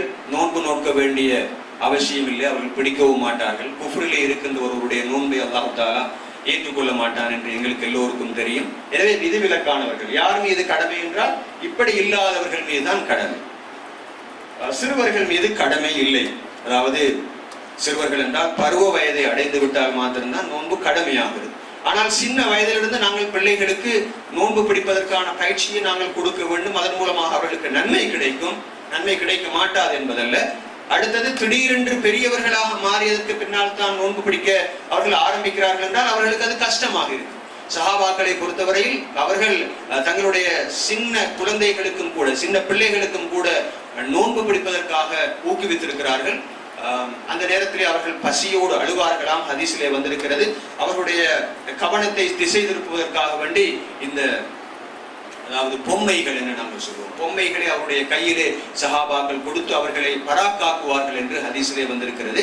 எனவே சின்ன பிள்ளைகளுக்கு நாங்கள் சின்ன வயதிலிருந்தே நோன்பு பிடிப்பதற்கு சின்ன பிள்ளைகளை நாங்கள் அளவுக்கு மிச்சம் கஷ்டப்படுத்தக்கூடாது. அவர்களுக்கு இஸ்லாத்திலேயே வெறுப்பு வரக்கூடிய சந்தர்ப்பம் இருக்கும். சில நாளைக்கு ஒரு நாளைக்கு அரை நோன்பு பிடிப்பார்கள், கால் நோன்பு பிடிப்பார்கள், இப்படி ஒரு நாளைக்கு 2 நோன்பு 3 நோன்பு பிடிப்பார்கள் சின்ன பிள்ளைகள். அப்படி நான் கொஞ்சம் கொஞ்சமாக பழக்க வேண்டும். ஒரு 5 வயசுக்குள்ள ஒரு நாளைக்கு ஒரு 3 நோன்பு பிடிக்கும் ஒரு நாளைக்கு. அப்ப கொஞ்சம் கொஞ்சமாக நாங்க பழக்குவோம். ஒரு 6 வயசு ஆகிற நேரம் ஒரு 2 நோன்பு பிடிக்கும். சின்ன பிள்ளைக்கெல்லாம் பலாத்காரப்படுத்தி அப்படி நாங்க திணிக்க போகக்கூடாது. அந்த பிள்ளைகளுடைய இயல்பையை நாங்க பார்த்துக் கொள்ளணும். ஆனால் அந்த பிள்ளைக்கு அடிப்படையில் அது கடமை இல்லை, சிறுவர்கள் மீது கடமை இல்லை. வைத்தியகாரர்களுக்கு எப்படியுமே கடமை இல்லை. புத்தி பேதளித்த நிலையில் இருப்பவர்கள், அவர்கள் மீது நோன்பு கடமை இல்லை. காரணம், அவர்களை பொறுத்தவரையில் அவர்கள் சீரான நிலையில் இல்லை. நோயாளிகள் பிரயாணிகள் என்று வருகின்ற பொழுது நோயோடும் பிரயாணத்தோடும் நோன்பு பிடிக்க முடியுமாக இருந்தால் நல்லது, அது தடை செய்யப்பட்டது அல்ல. ஆனால் அனாவசியமாக எங்களுடைய உடம்பை நாங்கள் வருத்தி கொள்ளக்கூடாது, கஷ்டப்படுத்திக் கொள்ளக்கூடாது என்பதனால்தான் அதற்கான சலுகை வழங்க. அது ஒரு சலுகையை தவிர அந்த சலுகையை கட்டாயம் பயன்படுத்த வேண்டும் என்பதல்ல. சில நேரங்கள் எங்களுக்கு கலா செய்வது கொஞ்சம் கஷ்டமா போகலாம் ஏனைய மாதங்கள். அப்ப எனவே நாங்கள் என்ன செய்வது, கட்டாயமாக இதிலிருந்து நோன்பு பிடிப்பது சிறப்பாக இருக்கும், அது வரவேற்கத்தக்கது. அதே நேரம் பிரயாணம், முதுமை என்று வருகின்ற பொழுது அதனை நாங்கள் எப்படி வரைவிலக்கணப்படுத்தலாம்? அதாவது சில வயோதிபர்கள் இருப்பார்கள், அவர்கள் நோன்பு பிடித்தால் அவர்களுடைய உடம்பு இன்னும் பலவீனமாக கூடிய வாய்ப்பு இருக்கும். எனவே என்ன செய்வது, இவர்கள் ஃபிதியா கொடுக்க வேண்டும். அதாவது 30 நாட்களுக்கும் கணக்கிட்டு அவர்கள் ஏனைய நாட்களிலே ஒரு மிஸ்கீனுக்கு உணவு கொடுக்க வேண்டும், இப்னு மஸ்ஊத் ரலியல்லாஹு தஆலா அன்ஹு அவர்கள் சுமாராக நான் நினைக்கிறேன் ஒரு 102 103 வருஷங்கள் உலகத்திலே வாழ்ந்தார்கள். அவர்கள் அந்த வயதிலே நோன்பு பிடிப்பதற்கு சரியான கஷ்டம் அவர்களுக்கு. ஆனால் அவரிடத்திலே இந்த ஃபிதியா கொடுப்பதற்கான வாய்ப்பு இருந்தது. எனவே அவர்கள் 30 ஏழைகளை தங்களுடைய வீட்டுக்கு அழைத்து அவர்களுக்கு தேவையான உணவை கொடுப்பார்கள் என்று வரலாற்றிலே வந்திருக்கிறது. நாங்கள் அப்படி ரமலான் முடிந்ததுக்கு பின்னாலேயும் கொடுக்கலாம், ரமலானுக்குள்ளேயும் கொடுக்கலாம். உங்களுடைய வீடுகளிலே உங்களுடைய தாய் இருக்கலாம், தகப்பன் இருக்கலாம், தள்ளாத வயது, அவர்களுக்கு எழும்பவும் முடியாது, சில நேரம் நிரந்தர நோயாளிகள் இருக்கலாம். வைத்தியர்கள் சொல்லியிருப்பார்கள், உறுதியாக நீங்கள் நோன்பிருப்பதன் மூலமாக உங்களுக்கு எப்படியுமே கஷ்டம், எனவே அவர்களுக்கு கலா செய்யவும் முடியாது. அப்படியான வயோதிபர்களை பொறுத்தவரையில் அல்லது நிரந்தர நோயாளிகளை பொறுத்தவரையிலே அவர்கள் நோன்பு பிடிக்க வேண்டிய அவசியமில்லை. அவர்கள் ஏனைய நாட்களிலே அதனை கலா செய்ய முடியாது என்ற நிலை வருகின்ற பொழுது தொடர்ந்து ஃபிதியா கொடுத்து கொண்டே இருக்கலாம். அவர்களுக்கு தான் கொடுப்பதற்கான பொருளாதார வசதி இல்லை என்றால் அவருடைய பிள்ளைகள் வசதி உள்ளவர்களாக இருந்தால் அவர்களுக்கு பகரமாக அந்த ஃபிதியாக்களை கொடுத்துக் கொள்ளலாம். பாலூட்டுகின்ற அதே நேரம் கருப்பம் நிலையில் இருக்கின்ற பெண்களை பொறுத்தவரையிலே அது பெண்களோடு நாங்கள் கட்டாயமாக அதனை பற்றி பேச வேண்டும். இந்த 2 சாரார், பாலூட்டுகின்ற நிலையில் இருக்கின்ற கருப்பம் தரித்திருக்கின்ற பெண்களை பொறுத்தவரையில் வைத்தியர்களை பொறுத்தவரையில், அதாவது மகப்பேற்று மருத்துவர்கள் என்று சொல்வார்களே, டிஓஜிக்கள் என்று சொல்வார்களே, அவர்கள் சொல்லுகின்ற கருத்து இந்த 2 ஆலும் எந்த வகையான பாதிப்பும் நோன்பினால் இந்த 2க்கும் எந்த பாதிப்பும் ஏற்பட போவதில்லை. நாங்கள் மனதளவிலே அப்படி நினைக்கிறோம், பால் கொடுத்தால் எங்களுடைய நோன்பு பாதிக்கப்படும் என்று. கர்ப்பத்திலே இருக்கின்ற பொழுது பிள்ளைக்கு தேவையான ஊட்டச்சத்து எல்லாம் கிடைக்காமல் போகலாம் என்று நாங்கள் நினைக்கலாம். நிச்சயமாக அப்படி அல்ல. கட்டாயம் நோன்பை விட வேண்டும் என்ற கட்டாயம் இல்லை. ஆனால் அவர்களுக்கு அது கஷ்டமாக இருக்கிறது என்று கருதினால், உடலிலே ஏதாவது ஒரு பலகீனம் ஏற்படுகிறது என்று கருதினால் அவர்கள் ஃபிதியா கொடுத்துக் கொள்ளலாம். ஃபிதியா கொடுப்பது என்பதும் ஒரு மிஸ்கீனுக்காக வேண்டி உணவு கொடுப்பது. சில நேரம் இந்த வருஷம் அவர்கள் கர்ப்பம் தரித்திருப்பார்கள், எனவே நோன்பை விட்டிருப்பார்கள். அடுத்த வருஷம் ஆகிற நேரத்தில் அவர்கள் பால் கொடுத்துக் கொண்டிருப்பார்கள். சில நேரம் அதுக்கு அடுத்த வருஷம் கர்ப்பம் தரிப்பார்கள். இப்படி கர்ப்பம் தரிப்பவர்களும் இப்படி இருக்கிறார்கள். எனவே அப்படி தொடர்ந்துமே அப்படி இருக்குமாக இருந்தால் வேறு என்ன செய்வது? அவர்கள் கலா செய்வதற்கான சந்தர்ப்பம் இருந்தால் கட்டாயம் கலா செய்து கொள்ள வேண்டும். ஆனால் தொடர்ந்தும் அவர்களுக்கு பிரச்சனை இருக்குமாக இருந்தால் அவர்கள் ஃபிதியா கொடுத்துக் கொள்வதுதான் முறையாக இருக்கும். ஆனால் நான் ஏற்கனவே சொன்னது போன்று இந்த கர்ப்பம் தரித்திருக்கின்ற நிலையிலே அல்லது பாலூட்டுகின்ற நிலையிலே பெண்கள் நோன்பு பிடிப்பதனால் அவருடைய கருவுக்கு அல்லது உடம்புக்கு பாதிப்பில்லை என்பதுதான் ஏற்றுக்கொள்ளத்தக்க விஞ்ஞான மருத்துவ ரீதியான உண்மையாக இருக்கிறது. அதனை கவனத்திலே நாங்கள் கொள்ள வேண்டும். சின்ன ஒரு தலக்குத்துக்கும் நோன்பை விடக்கூடிய நோயாளிகளும் இருக்கிறார்கள், அல்லாஹ்வுக்கு தெரியும். சின்ன ஒரு பல்லு வலி வந்ததுக்காக நோன்பு விடக்கூடியவர்களும் இருக்கிறார்கள். நிச்சயமாக அதெல்லாம் நாங்கள் ரமதானோடு விளையாடுவது போன்ற ஒரு முயற்சி. அல்லாஹ் தஆலா எங்களை பார்த்துக்கொண்டு, எங்களை விடவும் எவ்வளவு மோசமான நிலையில் இருக்கின்ற நோயாளிகள் கூட நோன்பை நோட்டிருக்கிறார்கள். எனவே நாங்கள் முந்திக் கொள்ள வேண்டும் அந்த விஷயத்தில். அதே நேரம் நான் போடாத ஒரு விஷயம்தான், பெண்களை பொறுத்தவரையில் அவர்களுடைய மாதாந்தம் அவர்களுக்கு ஏற்படக்கூடிய அசௌகரியம், அந்த மாதாந்த தீட்டு என்று நீங்கள் சொல்வீர்கள். அந்த சந்தர்ப்பத்திலே நோன்பு இருப்பது ஹராமாக்கப்பட்டிருக்கிறது, முற்றுமுழுதாக தடை செய்யப்பட்டிருக்கிறது. எனவே அவர்கள் என்ன செய்ய வேண்டும்? அதற்காக வேண்டி ஏனைய மாதங்களிலே நாட்களை கணக்கிட்டு அவர்கள் நோன்பை நோட்டுக்கொள்ள வேண்டும். ஆனாலும் இந்த இடத்திலே சொல்லுவது அவ்வளவு தூரம் பொருத்தமானதாக இருக்கும், பொருத்தமில்லாதது என்று நான் சொல்லவில்லை. அவர்களை பொறுத்தவரையில் சுமாராக 6 அல்லது 7 நாட்களுக்கு மேலால் அந்த நிலை காணப்படுமாக இருந்தால் அவர்கள் நோயாளிகள் என்ற வட்டத்துக்குள் வருவார்கள். அவர்கள் மருந்தெடுக்க வேண்டும். அதற்கு மேலும் அது இருக்குமாக இருந்தால் அவர்கள் நோன்பு பிடிப்பதுதான், அதனோடு நோன்பு பிடிப்பதுதான் சால சிறந்ததாக இருக்கும் என்று சுருக்கமாக நான் சொல்ல முடியும். உண்மையில் இந்த நோன்பினுடைய நோக்கத்தை பற்றி குர்ஆனிலே அல்லாஹ் தஆலா சொல்லுகின்ற பொழுது, நீங்கள் தக்வா உள்ளவர்களாக, இறை அச்சம் உள்ளவர்களாக மாற வேண்டும் என்ற எதிர்பார்க்கையோடு தான் அல்லாஹ் தஆலா நோன்பை கடமையாக்கி இருக்கிறான் என்று, அதாவது பகல் காலத்திலே விரதம் இருப்பதை கடமையாக்கினான் என்று குர்ஆனிலே அல்லாஹ் தஆலா சொல்லுகிறான். அப்படியாக இருந்தால் எங்களுடைய வாழ்க்கையில எங்களுக்கு தேவைப்படக்கூடிய மிக முக்கியமான ஒரு கட்டுச்சாறு எங்களுடைய வாழ்க்கையிலே அதனை விட்டும் தவிர்த்து கொள்ள முடியாது. இறை அச்சம், அல்லாஹ்வின் மீதான பயம், அது மனிதனுடைய வாழ்க்கையிலே தேவைப்படுகிறது. பாவங்களிலிருந்து தவிர்த்து கொள்வதற்கும் அது தேவை, நன்மையான காரியங்களை மிகவும் உற்சாகத்தோடு மேற்கொள்வதற்கும் அந்த இறை அச்சம் தேவைப்படுகிறது. அந்த இறை அச்சத்தை ஒரு கட்டுச்சாதமாக நாங்கள் பெற்றுக்கொள்வதற்கான ஒரு வாய்ப்பாகத்தான் ரமலானை உங்களுக்கு கடமையாக்கினோம். எனவே அதனுடைய அமல்கள் ஊடாக உங்களுக்கு தக்வா கிடைக்கும் என்று நாங்கள் எதிர்பார்த்து தந்திருக்கிறோம் என்று அல்லாஹ் தஆலா குர்ஆனிலே சொல்லுகிறார். உதாரணமாக நாங்கள் ஒரு வாகனத்தை எடுத்துக்கொண்டு போகிறோம், ஒரு பெட்ரோல் சென்டிலே சென்று எங்களுடைய ஃபுல் டேங்குக்கு நாங்கள் என்ன செய்கிறோம்? பெட்ரோலை நிரப்புகிறோம் என்றால் ஒரு நீண்ட தூரத்துக்கு அந்த வாகனத்தை எடுத்துக்கொண்டு ஓடலாம். அது போன்றதான் இந்த ரமலானுடைய மாதம். ஒரு பெட்ரோல் டேங்க், அதனை வாகனத்தை பெட்ரோல் டேங்கை நிரப்புவது போன்ற ஒரு முயற்சி.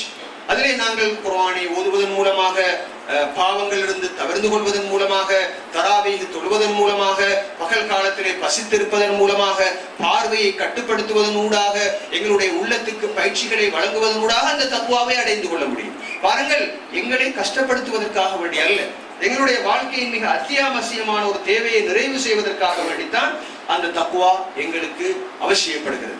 ஒரு முறை அபூ ஹுரைரா ரலியல்லாஹு தஆலா அவர்களிடத்திலே கேட்கப்பட்டது, இந்த தக்வா என்றால் என்ன என்று கேட்கப்பட்டது. அதற்கு அவர்கள் சொன்னார்கள், நீங்கள் ஒரு முட்கள் நிறைந்த ஒரு பாதையால் பிரயாணம் செய்து கொண்டிருக்கிறீர்கள் என்று வைத்துக் கொள்வோம்.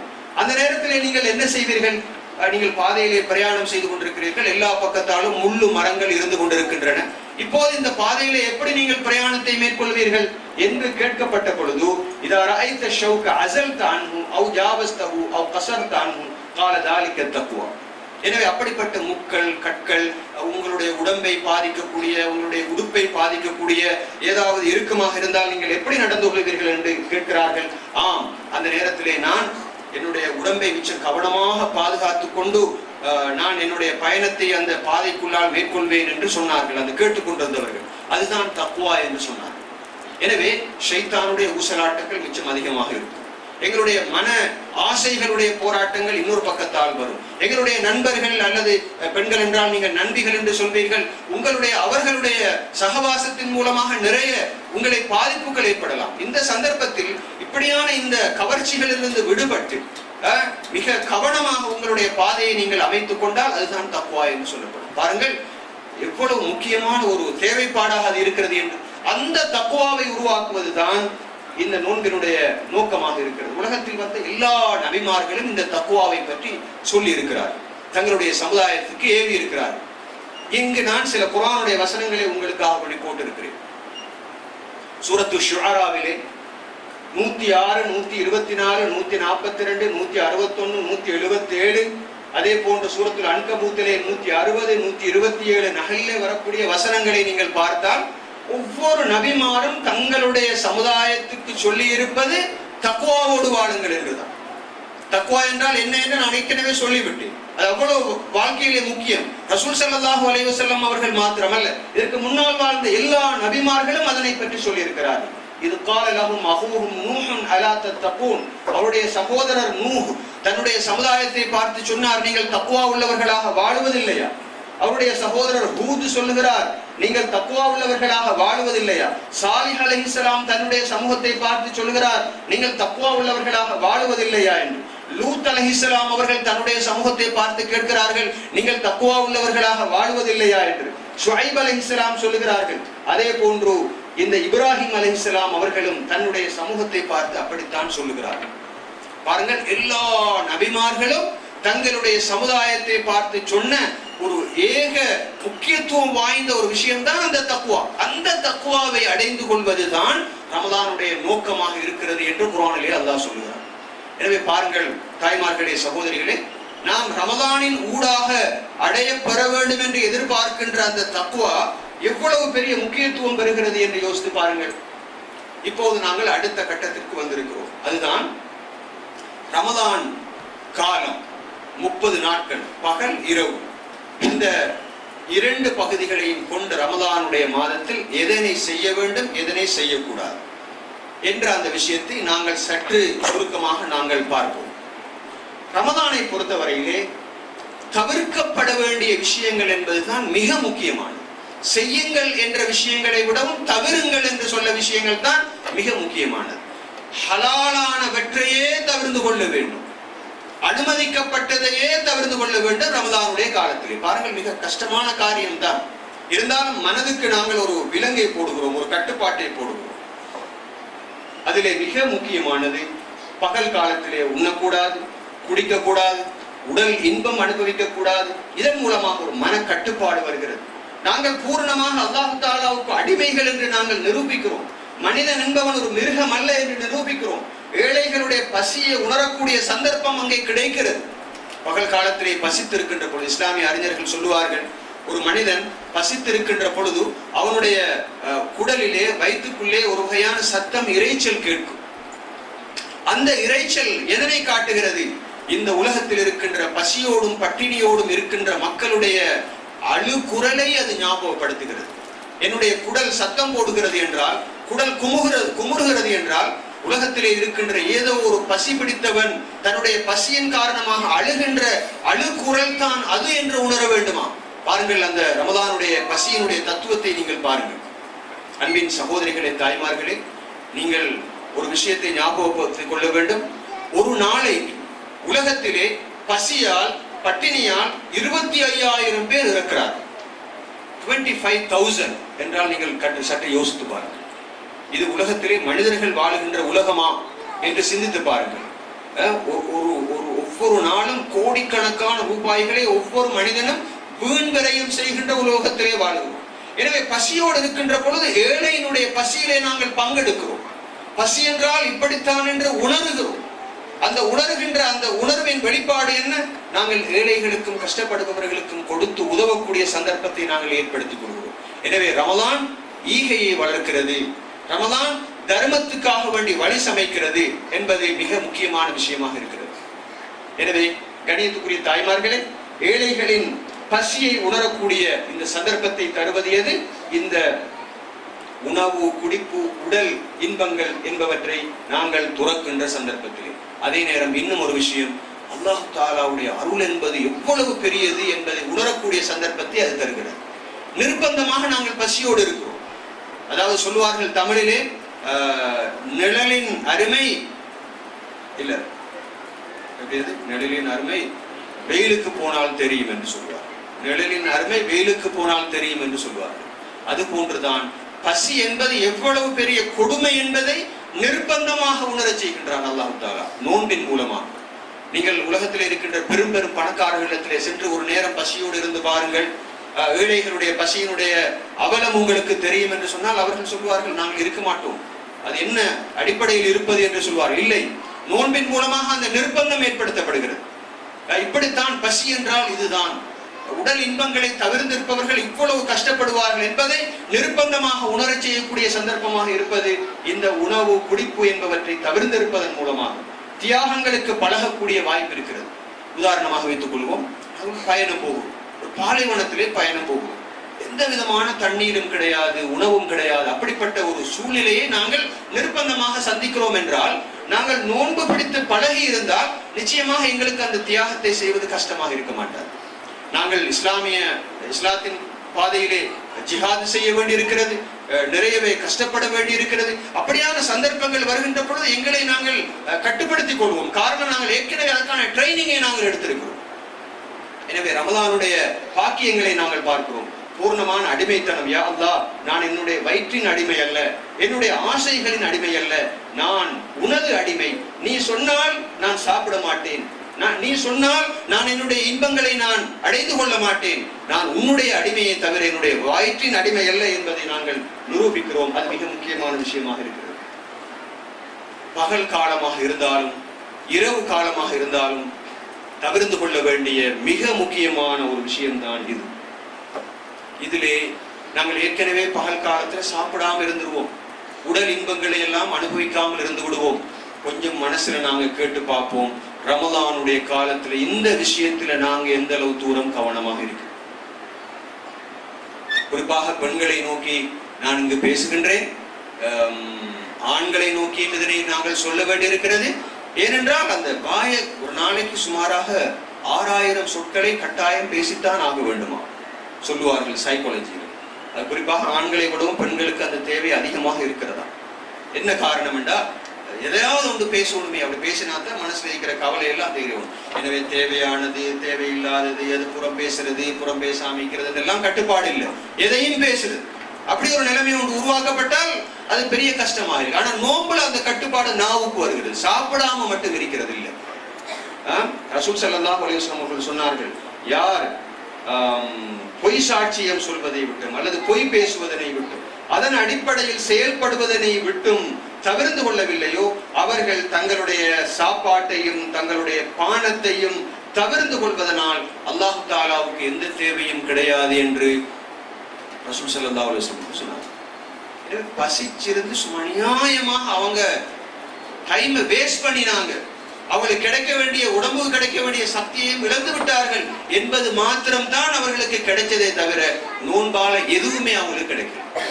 எனவேதான் எங்களுடைய சில ஆத்மீக ஞானிகள் சொன்னாங்க, சிலருடைய நோன்பு பொய் பேசினாலும் முறிஞ்சு விடும் சொல்லி, புறம் பேசினாலும் நோன்பு முறிஞ்சு விடும்.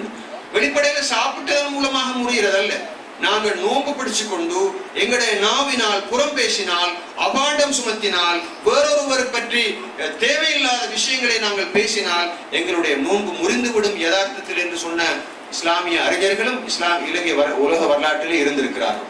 கவனமாக இருக்க வேண்டும். ஒவ்வொரு வார்த்தையை பேசுகின்ற பொழுது நாவு தரப்பட்டிருப்பது எதுக்கு? இந்த நாவினால் தான் முழு பிரச்சனையும் ஏற்படுகிறது.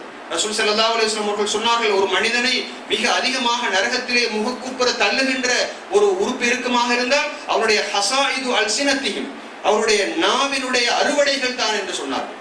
எனவே நாவினால் பொய் பேசுவார்கள், புறம் பேசுவார்கள், கோள் சொல்லுவார்கள், அபாண்டம் சுமத்துவார்கள், தேவையில்லாததை பேசுவார்கள், இப்படி மனஸ்தாபம் ஏற்படக்கூடியவற்றை பேசுவார்கள், மற்றவர்களை பரிகசிப்பார்கள். இதெல்லாம் நாவினுடைய விபரீதங்கள் என்று நாங்கள் சொல்வோம். அந்த விபரீதங்கள் அவற்றிலிருந்து ஒரு நோன்பாளி தன்னை பாதுகாத்துக் கொள்ளவில்லை என்றால் அல்லாஹ் தஆலாவுக்கு இந்த மனிதன் பசித்திருப்பதில் எந்த தேவையும் கிடையாது என்று ரசூல் ஸல்லல்லாஹு அலைஹி வஸல்லம் அவர்கள் சொன்னார். எனவே நாங்கள் முதலாவது விஷயத்தை ஞாபகப்படுத்தினோம், தவிர்ந்து கொள்தல் செய்தல் என்று 2 பகுதி இருக்கிறது. அதுல தவிர்ந்து கொள்வது என்பதில் நாங்கள் முதலாவது பகுதி பகல் காலத்தை பொறுத்தவரையிலே உணவு குடிப்பு உடல் இன்பம் என்பவற்றை நாங்கள் சொல்லியிருக்கிறோம். இரண்டாவது முழு ரமலானிலும், அது இரவு பகல் என்ற வித்தியாசம் இல்லை. இப்ப தராவீஹுக்கு போற நேரம் கொஞ்சம் புறம் பேசி கொண்டு போவோம், இப்ப நோம்ப திறந்தாச்சு தானே கொஞ்சம் போய் பேசுவோம் அப்படின்னு யோசிச்சால் அது பிழை. ரமலானுடைய காலம் என்றால் அது எல்லா காலமும் தான். பகல் காலத்துல பாவம் செய்யாம இருந்தோம், இரவு காலத்துல நாங்க செய்வோம் அப்படி யோசிக்கிறதுக்கு இயலாது. ரைட்? இந்த கருத்தை நாங்க பார்க்கணும். ரசூல் ஸல்லல்லாஹு அலைஹி வஸல்லம் அவர்கள் சொன்னார்கள், ருப்ப ஸாயிமின் லைஸ லஹு மின் ஸியாமிஹி இல்லல் ஜூ. எத்தனையோ நோன்பாளிகள் இருக்கிறார்கள், அவர்கள் பசித்திருந்ததை தவிர அவர்களுக்கு வேறு எதுவுமே கிடைக்கவில்லை. எத்தனையோ பேர் நின்று வணங்குகிறார்கள், ஆனால் அவர்கள் விழித்திருந்ததை தவிர அவர்களுக்கு எதுவுமே கிடைக்கவில்லை. அப்ப நன்மை இல்லை. காரணம் என்ன? வெறுமனே பசித்திருந்தது மாத்திரம்தான். வெளிப்படையான உறுப்புகளுடைய நோன்பு மாத்திரம்தான், உள்ளத்தின் நோன்பு அல்ல. எனவே உடல் உறுப்புகளும் நோன்பு இருக்க வேண்டும், அதே போன்று அவருடைய மனசு நோன்பு இருக்க வேண்டும், எல்லாமே சேர்ந்து நோன்பு இருக்க வேண்டும். குறிப்பாக நாவு நோன்பு இருக்க வேண்டும். இந்த விஷயங்களை நாங்கள் கவனத்திலே கொள்ள வேண்டி இருக்கிறது. இதனை உங்களுக்கு நான் ஞாபகப்படுத்துகிறேன். உடல் உறுப்புகளுடைய நோன்பு என்று வருகின்ற பொழுது ரசூல் ஸல்லல்லாஹு அலைஹி வஸல்லம் அவர்கள் சொன்னார்கள், அஸ்ஸியாமு ஜுன்னத்துன், நோன்பு என்பது ஒரு கேடயமாகும். நோன்பு என்பது ஒரு கேடயம். எதற்கு கேடயம்? கேடயம் என்றால் உங்களுக்கு தெரியும், ஒருவர் போராடி கொண்டிருக்கின்ற பொழுது அம்புகள் வில்லுகள் வந்து அவருடைய உடம்பை தைத்து விடாமல் இருப்பதற்காக வேண்டி தன்னை நோக்கி ஒரு கவசம் போட்டுக் கொள்வார். எனவே நோன்பு என்பது ஒரு மனிதனுக்கு பாவங்களிலிருந்து விடுதலை அளிக்கின்ற ஒரு கவசமாக இருக்கிறது என்று ரசூல் ஸல்லல்லாஹு அலைஹி வஸல்லம் அவர்கள் சொல்லி தொடர்ந்து சொன்னார்கள். எனவே அவன் ஃபலா யர்ஃபுஸ் வலா யஜ்ஹல். ஆக முக்கியமான விஷயம் சொன்னாங்க, இந்த அம்மனம் பாடக்கூடாது. அம்மனம் என்று சொல்லுவாங்க சில பிரதேசங்கள்ல, தூசணம் என்று சொல்லுவாங்க. உங்களோட பிரதேசத்துல சொல்லுவாங்க தூசணம் தான் சொல்லுவாங்க. தூசணம் தெரியுங்க, வாயால என்ன சொல்றது, சகிக்க இயலாத அந்த வார்த்தைகளை சகிக்க இயலாத, மிகவும் அம்மனமான தூசணமான வார்த்தைகள், சகிக்க முடியாத வார்த்தைகளை பேச வேண்டாம்.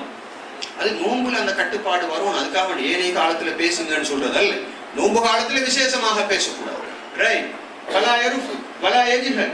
அதாவது மற்றவர்களை எல்லாம் மடையர்கள் என்று சொல்ல வேண்டாம், அல்லது அவன் மடையனாக இருக்க வேண்டாம். யாராவது அவனோடு சண்டை பிடிப்பானாக இருந்தால் அல்லது அவனுக்கு ஏசுவானாக இருந்தால் அவனும் போய் சண்டை பிடிக்க கூடாது. நான் நோன்பாளியாக இருக்கிறேன் என்று விலகி கொள்ளட்டும் என்று ரசூல் ஸல்லல்லாஹு அலைஹி வஸல்லம் அவர்கள் சொன்னார்கள். ஜாபிர் ரலியல்லாஹு தஆலா அன்ஹு அவர்கள் சொன்னார்கள், நீ நோன்பு இருப்பதாக இருந்தால் உன்னுடைய காது நோன்பு இருக்கட்டும், உன்னுடைய கண்ணும் நோன்பு இருக்கட்டும், உன்னுடைய நாவும் பொய் சொல்வதிலிருந்து நோன்பு இருக்கட்டும். ஹராமான விஷயங்களிலிருந்து உன்னுடைய நாவை, உங்களுடைய கண்களை, உங்களுடைய காதை நீ பாதுகாத்துக் கொள்ள வேண்டும். குறிப்பாக உன்னுடைய பக்கத்து வீட்டாருக்கு நீ அநீதி செய்வதிலிருந்து தூரமாக இருக்க வேண்டும் என்று ஜாபிர் ரலியல்லாஹு தஆலா அவர்கள் சொன்னார்கள். அதே நேரம் நோன்பு இருந்தால் வலாக்கின் அலைக்க வக்காரும் சக்கீனத், நோன்பினுடைய அடையாளமாக உன்னுடைய உடம்பிலே ஒரு அமைதி நிலவ வேண்டும், ஒரு அடக்கம் நிலவ வேண்டும், ஒரு கண்ணியம் நிலவ வேண்டும். நோயாளி என்பவன் அடக்கம் இல்லாமல் நடந்து கொள்பவன் அல்ல. அவருடைய பேச்சிலே, அவருடைய நடத்தையிலே, அவருடைய செயல்பாடுகளிலே ஒரு நிதானம் இருக்கும், ஒரு கட்டுப்பாடு இருக்கும். அவன் ஏச மாட்டான், தூசிக்க மாட்டான், மற்றவர்களை நையாண்டி பண்ண மாட்டான். அவர் ஒரு கௌரவமான பிரஜையாக இருப்பான். பாருங்கள், நோன்பாளி என்பவர் எப்படிப்பட்டவர்? வெறுமனே சாப்பிடாமல் குடிக்காமல் இருப்பவர் அல்ல. அவருடைய வாழ்க்கையிலே ஒரு முழுமையான மாற்றம் வருகிறது. அவருடைய வாழ்க்கையில் ஒரு முழுமையான மாற்றம். இந்த கருத்தை சொன்னவர்கள் யார்? ஜாபிர் ரலியல்லாஹு தஆலா அன்ஹு அவர்கள். வலா யகுன் யௌமு ஸௌமிக வ ஃபித்ரிக சவா, நீ நோன்பு இருக்கின்ற நாளும் நோன்பு இருக்காத நாளும் சமனாக இருக்கக்கூடாது. அப்ப நோன்பு வந்து விட்டால் அதனை நாங்கள் ஒரு விசேஷமான அமைப்பாக பார்க்க வேண்டும். நான் இந்த இடத்துல இன்னொரு விஷயத்தை சொல்ல தவறிவிட்டேன், அதனை இந்த இடத்துல ஞாபகப்படுத்துகிறேன். ஏற்கனவே அதனை சொல்லி இருக்க வேண்டும். இந்த ரமதானை பார்க்கிற நேரம் கொஞ்சம் பாரமாக சிலருக்கு விளங்க முடியும். நான் நேரத்தோட சொன்னேன், அதுக்கு ஒரு காரணம் உண்டு. என்ன காரணம்? அது என்ன காரணம்? முக்கியமான காரணம் என்ன? நாம் ஆம்பளைகளா இருந்த கேட்டுக்கொள்ளையிலும் லேடிஸ் வந்திருக்கிறதுனால முக்கியமான ஒரு காரணம் ஒன்று இருக்கு. என்னென்றால் ரமதான்ல மட்டும்தான் நோன்பு பிடிக்கிறது. நினைக்கிறேன் பெண்களை பொறுத்தவரையில நிறைய பேர் மாஷா அல்லாஹ் இப்ப நோன்பு பிடிக்கிறாங்க. சுன்னத்தான நோன்புகள் நிறைய இருக்கு, சுன்னத்தான நோன்புகள் நிறைய இருக்கு. நான் ஏற்கனவே அதை காட்டிக்கணும்.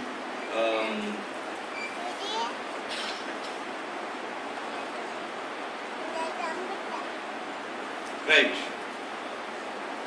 நோன்புகள் பல வகைப்படும். நோன்புகள் பல வகைப்படும். ஒன்று ஃபர்தான நோன்பு, நாங்க சொல்றோம் இந்த ரமதானுடைய நோன்பு. இரண்டாவது கலாவுடைய நோன்பு, ரமதான்ல எங்களுக்கு பிடிச்சுக்கொள்ள கிடைக்கல, ஏனைய காலங்களில் பிடிக்கிறோம். அடுத்தது நதிர். நதிர்ன்னு சொல்ற நேரம் நேர்ச்சை வைக்கிறீங்க. உதாரணமாக என்னுடைய நோய் ஒன்று குணமாகிவிட்டால் யா அல்லாஹ் நான் நோன்பு இருப்பேன் அப்படின்னு சொல்லி போட்டு நீங்க ஒரு நேர்ச்சை வச்சா அதுவும் ஒரு நோன்பில ஒரு வகை தான். சியாமுல் கஃபாரா. கஃபாரானா நோன்பு பிடிச்சிட்டு ஒரு மனிதர் உதாரணமாக உடலுறவு கொண்டு விட்டார் என்றால் அதுக்காக வேண்டி அவர் 2 மாசங்கள் தொடர்ந்தும் நோன்பு இருக்க வேண்டும், இடைவிடாத நோன்பு இருக்க வேண்டும். அது கஃபாராவுடைய நோன்பு என்று நாங்கள் சொல்லுவோம். அப்படிப்பட்ட நோன்பு ஒன்று இருக்கிறது. அதே நேரம் சியாமு தத்தவுன்னு சொல்ற நேரம் சுன்னத்தான நோன்புகள். உதாரணமாக திங்கட்கிழமை பிடிக்கிறது, வியாழக்கிழமை பிடிக்கிறது.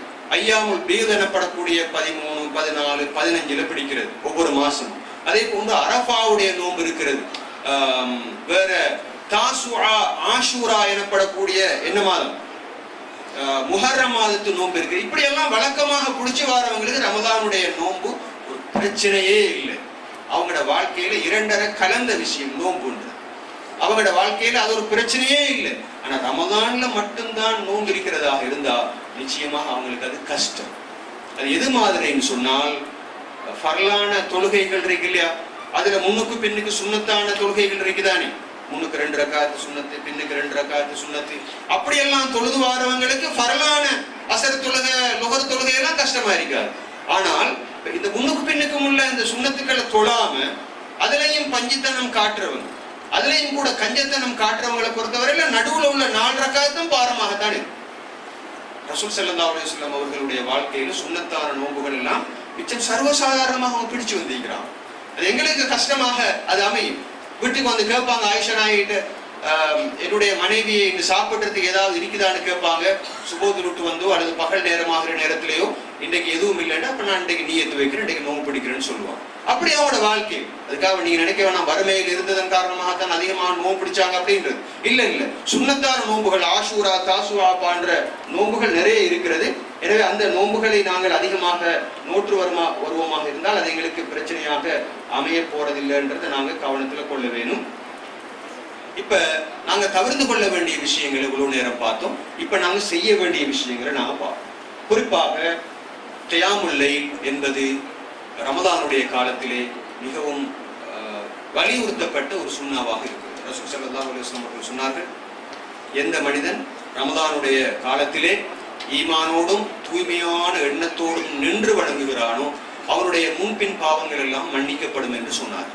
எனவே ஏனைய காலங்கள்ல நாங்க கியாமுல் லைல், தஹஜ்ஜத்தை நாங்க தொழுது வந்தாலும் கூட ரமதானுடைய காலத்துல கொஞ்சம் ஸ்பெஷலாக அதை தொழுகிறதுக்கு நாங்க முயற்சி பண்ணுவோம். நாங்க ஏற்கனவே சொன்னோம் 70 முதல் எத்தனை நன்மை, 700 மடங்காக நன்மை கிடைக்கும் அப்படின்னு சொல்லி. அப்ப அங்க நின்று கொண்டிருக்கிற ஒவ்வொரு நிமிஷமும் அல்லாஹ்வுடைய மீசான்ல எங்களுக்கு அதிகமான நன்மைகளை பெற்று தரும் என்ற உணர்வோடு நாங்க கியாமுல் லைல்ல ஈடுபட வேண்டும். முன்பின் சுன்னத்துக்களை கொஞ்சம் கவனமாக பேடி தொழுது கொள்வோம். இப்படியெல்லாம் சொல்ற நேரம் பெண்களை பொறுத்தவரையில நீங்க ஒரு உண்மையை என்னட்ட நீங்க சொல்ல பாக்குறீங்க, இதெல்லாம் எங்களுக்கு செய்யறதுக்கு வீட்டுல நேரம் இல்லை, சஹருக்கு சமைக்க வேண்டி இருக்குது, சமோசா செய்யணும், பெட்டிஸ் செய்யணும், வேற என்ன செய்யணும், கஞ்சிலையும் 2-3 வகை செய்யும்படி வீட்டுல சொல்றாரு எங்கட மாப்பிள்ள, எங்கட ஹஸ்பண்ட் சொல்றாரு. எத்தனையோ வகையான கட்லெட், எத்தனையோ வகையான சமோசா 3 மூலை 4 மூலைக்கெல்லாம் செய்ய வேண்டி இருக்குது. எனவே இவ்வளவுத்துக்கும் மத்தியிலேயும் கூட நாங்க எப்படி முன்பின் சுன்னத்து இந்த கியாமுல் லைல் எல்லாம் செய்யறது அப்படின்னு சொல்லி போட்டு, ஆனா ஹஸ்பண்டுக்கும் கொஞ்சம் விளங்க வேணும். இந்த காலத்தை பயன்படுத்தி கொஞ்சம் நாங்க வீட்டுக்கு மிச்சம் பாரங்களை கொடுக்க கூடாதுன்னு சொல்லி விலகி தின்றதுக்குரிய காலம் அல்ல. வழக்கமாக சொல்லுவாங்க என்னன்னா, முஸ்லீம்களுடைய பட்ஜெட்டை பொறுத்தவரையில ரமதானுடைய காலத்துல கொஞ்சம் கூட பட்ஜெட். ஏனைய காலத்துல ஒரு 5000 போகுதுன்னு சொன்னா இந்த காலத்துல ஒரு 10,000 போகும் சாப்பாட்டுக்குன்னு சொல்லி. காரணம் என்னென்றால் பகல்ல கிடைக்காத விஷயங்கள் அவ்வளவுத்தையும் ராவுல கலா செய்யற தன்மை ஒன்று இருக்குது, ஒரு பழி வாங்குற தன்மையும். அந்த சாப்பாட்டை பார்க்குற நேரமே சொல்றது, இவ்வளவு நேரம் நீ என்னைய விட்டு எங்க போய்த்திருந்தாய், உன்னை விட மாட்டேன் அப்படின்னு சொல்லி அந்த நோன்பு துறக்கிற நேரத்துல அந்த சாப்பாட்டு தட்டின் மீது ஒரு பாய்ச்சல் நடத்தி அங்க இருக்கிற அவ்வளோத்தையும் திண்டு போட்டு தான் போதும். அப்படியான ஒரு நோம்பல்ல. கலா செய்யறது பகல் காலத்துல எல்லாம் இந்த பஜார்ல திரிஞ்சு இந்த பக்கத்துல இருக்கிற அவ்வளவு எல்லா வகையான குடிபானங்களையும் சேர்த்து கொண்டு வந்து இஃப்தாருடைய மேசை அப்படி நிறைஞ்சிருக்கும். அதை தின்னுட்டு மகரிபு தொழுவத்துக்கு போனா 7 காலம் ஆகும். அவ்வளவு நேரம் தின்றது நினைச்சு கொண்டிருக்கிற அப்படின்னா நோன்பு தொடங்கத்தில இருந்து நோன்பு பிடிக்கும் வரைக்கும் உள்ள நேரத்துல முழுமையாக சாப்பிடலாம் அப்படின்னு சொல்லி. இதெல்லாம் மிகப்பெரிய தவறுகள். அப்படி அல்ல. சாப்பிடுற நேரம் அதுக்கும் ஒரு அளவு உண்டு, ஒரு வரையறை ஒன்று இருக்குது. பழி வாங்கக்கூடாது சாப்பாடு. பகல் முழுக்கவும் சாப்பாடு சேர்த்து வச்சிருந்து இரவு முழுக்கவும் சாப்பிடுறது நோன்பு காலத்துக்குரிய பண்பாக இருக்கக்கூடாது. இதெல்லாம் கவனத்துல கொள்ள வேணும். எனவே எங்கட பட்ஜெட் நோன்பு காலத்துல கூடுதுன்னா என்னமோ ஒரு இடத்துல சம்திங் ராங் சம்வேர். எங்கேயோ ஒரு இடத்துல கோளாறு இருக்கு. ஒன்று ஹஸ்பண்ட்ல பிரச்சனை இருக்கு அல்லது வைஃப்ல பிரச்சனை இருக்கு. பெரும்பாலும் வைஃப்லையும் பிரச்சனை இருப்பதாகவும் நினைக்கலாம். இந்த அறுசுவை உண்டிகளை எங்க வீட்டுல நாங்க செஞ்சு கொடுத்தா தான் நோம்பெல்லாம் நல்ல ஜோராக போகும்னு நினைக்கிறவங்களும் இருக்கலாம். அப்படியெல்லாம் நினைக்க கூடாது. விருப்பம்டா இந்த அளவோடு உள்ள சாப்பாட்டோட நோம்பு பிடிங்க, இல்லாட்டி உங்களுக்கு நோம்பு தேவையில்லைன்னு நீங்க தைரியமாக சொல்ல வேண்டியது. அது ஆக முக்கியமான விஷயம். ஏன்னா உங்களுடைய இபாதத்துக்கு நேரம் எடுத்துக்கொள்ளவே. நான் ஒரு விஷயத்தை ஞாபகப்படுத்துறேன். இந்த காலம் பருவ காலம். பருவ காலம்னா அதாவது நன்மைகளை அதிகமாக சம்பாதித்துக் கொள்வதற்கான ஒரு சந்தர்ப்பம். அந்த சந்தர்ப்பத்தை 2 விஷயத்துல எங்கட ஆக்கள், 3 விஷயத்துல எங்கட ஆக்கள் கழிக்கிறாங்க. ஒன்று இந்த சாப்பாடு அளவுக்கு மிச்சம் தயாரிக்கிறதுல கழிக்கிறாங்க, 2வது அளவுக்கு மிச்சம் தூக்கத்துல கழிக்கிறாங்க, 3வது இன்னொன்னுலயும் கழிக்கிறாங்க. குறிப்பாக கடைசி பத்துல ரமலானுடைய கடைசி பத்துல லைலத்துல் கத்ரை தேட வேண்டிய பத்துல எங்க இருப்பாங்க? பெரும்பாலும் விலகல்ல ஷாப்பிங்ல இருப்பாங்க. இந்த 3ம் தான் ரமலானுடைய விசேடமான தன்மைகள். தூக்கம், சாப்பாடு, ஷாப்பிங். எனவே ரமலானுடைய முழு பர்பஸும் அப்படியே லாஸ்ட். எப்படி இந்த ஆக்களுக்கு ரமலான் பாக்கியமாக அமைய போறதில்லை. எனவே நாங்க சொல்லல ஷாப்பிங் செய்ய வேணாம், உடுப்பு வாங்க வேணாம்ன்றது. ரமலானுடைய நோக்கமே ஷாப்பிங் செய்யறதான்ன்றது வந்துட்டால் அது பிழையானது நாங்க சொல்றோம். எனவே கியாமுல் லைலுக்கு நாங்க சந்தர்ப்பம் எடுத்துக்கொள்ள வேண்டும். எங்க வீட்டுல அப்படியான ஒரு இபாதத்தர் சூழலை நாங்க உருவாக்குவோம். திண்டா தூக்கம் எழுப்பினா பசின்ற லெவலுக்கு வரக்கூடாது. திண்டா தூக்கம் எழுப்பினா பசி, திண்டா தூக்கம் எழுப்பினா பசி, அப்படி மாறி அந்த சர்க்கிள் வந்து கொண்டே இருக்கு. இவனை எழுப்பினா உடனே பசின்னு சொல்லுவான், திண்டு முடிஞ்சது குறிச்சுனா தூக்கம் வருது, மறுவா படுப்பான். இப்படியா நிலம் வழக்கமாக இந்த அதாவது சுபகு தொழுது படுத்தா 12 மணிக்கு எழும்புறது, சில நேரம் 1 மணி 1:30 மணிக்கு எழும்புறது, அதுக்கு பிறகு சமையல், அதுக்கு ஒரு கஞ்சி கொண்டு வரது பள்ளிவாசல்ல இருந்து, அதை குடிச்சிட்டு மறுவா இன்னொருக்காக இடியப்பம், புட்டு, லெவரியா அதெல்லாம் திண்டு போட்டு மறுவாலும் பௌத்த நல்லா நினைச்சு கொண்டு பள்ளிவாசலுக்கு போயிட்டு அங்க இருக்கிற ஹிஸ்குட இடியப்பத்தையும் திண்டு, அதுக்கு ஒரு போயிட்டு வந்து போறவங்க கூட வீட்டுல மிஞ்சி இருக்கிற சாப்பாட்டெல்லாம் அடிச்சுட்டு படுத்தா இவனுக்கு கொலஸ்ட்ரால், சீனி எல்லாம் ஏறி பெரிய பிரச்சனையாகும். நான் ஒரு முறை பேப்பர்ல வாசிச்சேன் ஒரு விஷயம் உங்களோட பகிர்ந்து கொள்ளணும். ஒரு நான் முஸ்லிம் டாக்டர் சொன்னார், ரமலான் முடிஞ்சு வார நேரம் குறிப்பாக முஸ்லிம் நோயாளிகள் என்னிடத்துல வாரவர்களுடைய தொகை அதிகரித்திருக்கு. சுப்ஹானல்லாஹ். நோம்புன்றது உடம்புல இருக்கிற நோய்களுக்கெல்லாம் என்ன பரிகாரமாக அமையும் என்று தான் நாங்க சொல்றோம். ஆனா நோம்பு நோயை கூட்டுறதா காரணம் என்ன காரணம்? பிரதானமான காரணம் ஏனைய காலங்களை விடவும் நோம்பு காலத்துல அதிகமாக சாப்பிடுறது.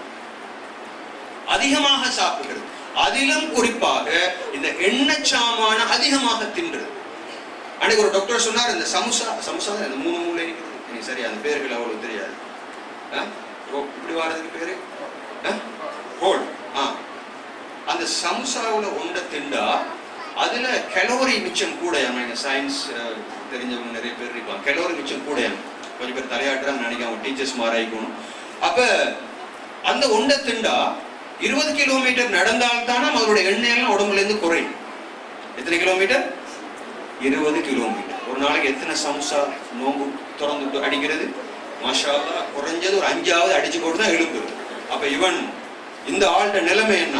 கொலஸ்ட்ரால் கூடுமா இல்லையா? இந்த ஆள்கிட்ட நிலைமை என்ன? கொலஸ்ட்ராலும் கூடி அது கங்காலையும் கூடி வேற நேரம் வரும். அப்ப எங்கட சமூகத்துலதான் இந்த மாதிரி நோயாளிகளுடைய தொகை கூட. ஏனையவர்கள் உடவும் இந்த கேன்சர், இந்த பிளட் பிரஷர் இதெல்லாம் 25% கூடயாம், 3 மடங்கு கூடயாம் எங்கட சமூகத்தில். எனவே அப்படித்தான் நடக்கும். நான் சொல்லல இந்த சமுசா 3 மூளை 4 மூளை எல்லாம் தின்னக்கூடாது அப்படின்னு. நீங்க 8 மூளையும் தின்னு கொள்ளுங்க, எங்களுக்கு அதை பத்தி பிரச்சனையும் கிடையாது. ஆனாலும் இதை கவனத்துல கொள்ளுங்க. நல்லா பசிச்சிருந்து அந்த குடல் வெறுமையாக இருக்கிற குடல்ல ஒரேடியாக தூக்கி இதை போட்டு நிறைச்சா அந்த குடல் எங்கதான் தாங்கும்? அந்த குடல் அல்ல சாக்க. அது ஒரு அற்புதமான ஒரு இடமாக போய்த்திரும். அது அதாவது சொல்லுவாங்க என்றால் அது கேஸ் நிறைஞ்சிருக்கிற அது வெறுமையாக இருக்கிற இடத்துக்குள்ள திருப்பி தூக்கி அதுக்குள்ள சீனி, அதுக்குள்ள கொலஸ்ட்ரால், அதுக்குள்ள மாஜரின், அதுக்குள்ள இருக்க வேண்டிய ஏகப்பட்ட அவ்வளவு சாப்பாட்டையும் போட்டு நிறைச்சா அவனுக்கு மூச்சுடவும் மேலாது. அங்க இருக்கிற உறுப்புகள் எல்லாம் வீக் ஆகி போயிடும். இவனுக்கு எலும்பவும் மேலா, குந்தவும் மேலா, கண்ணெல்லாம் வெளியே பிதுங்கி இவனுடைய நிலைமை மிச்சம் கவலைக்கிடமாக மாறு. இவன் எப்படி தராவீக தொழுகுது? அங்க போய் எழும்பி நின்றா நிக்கேடா, மூச்சு வாங்குது மேலே கீழே.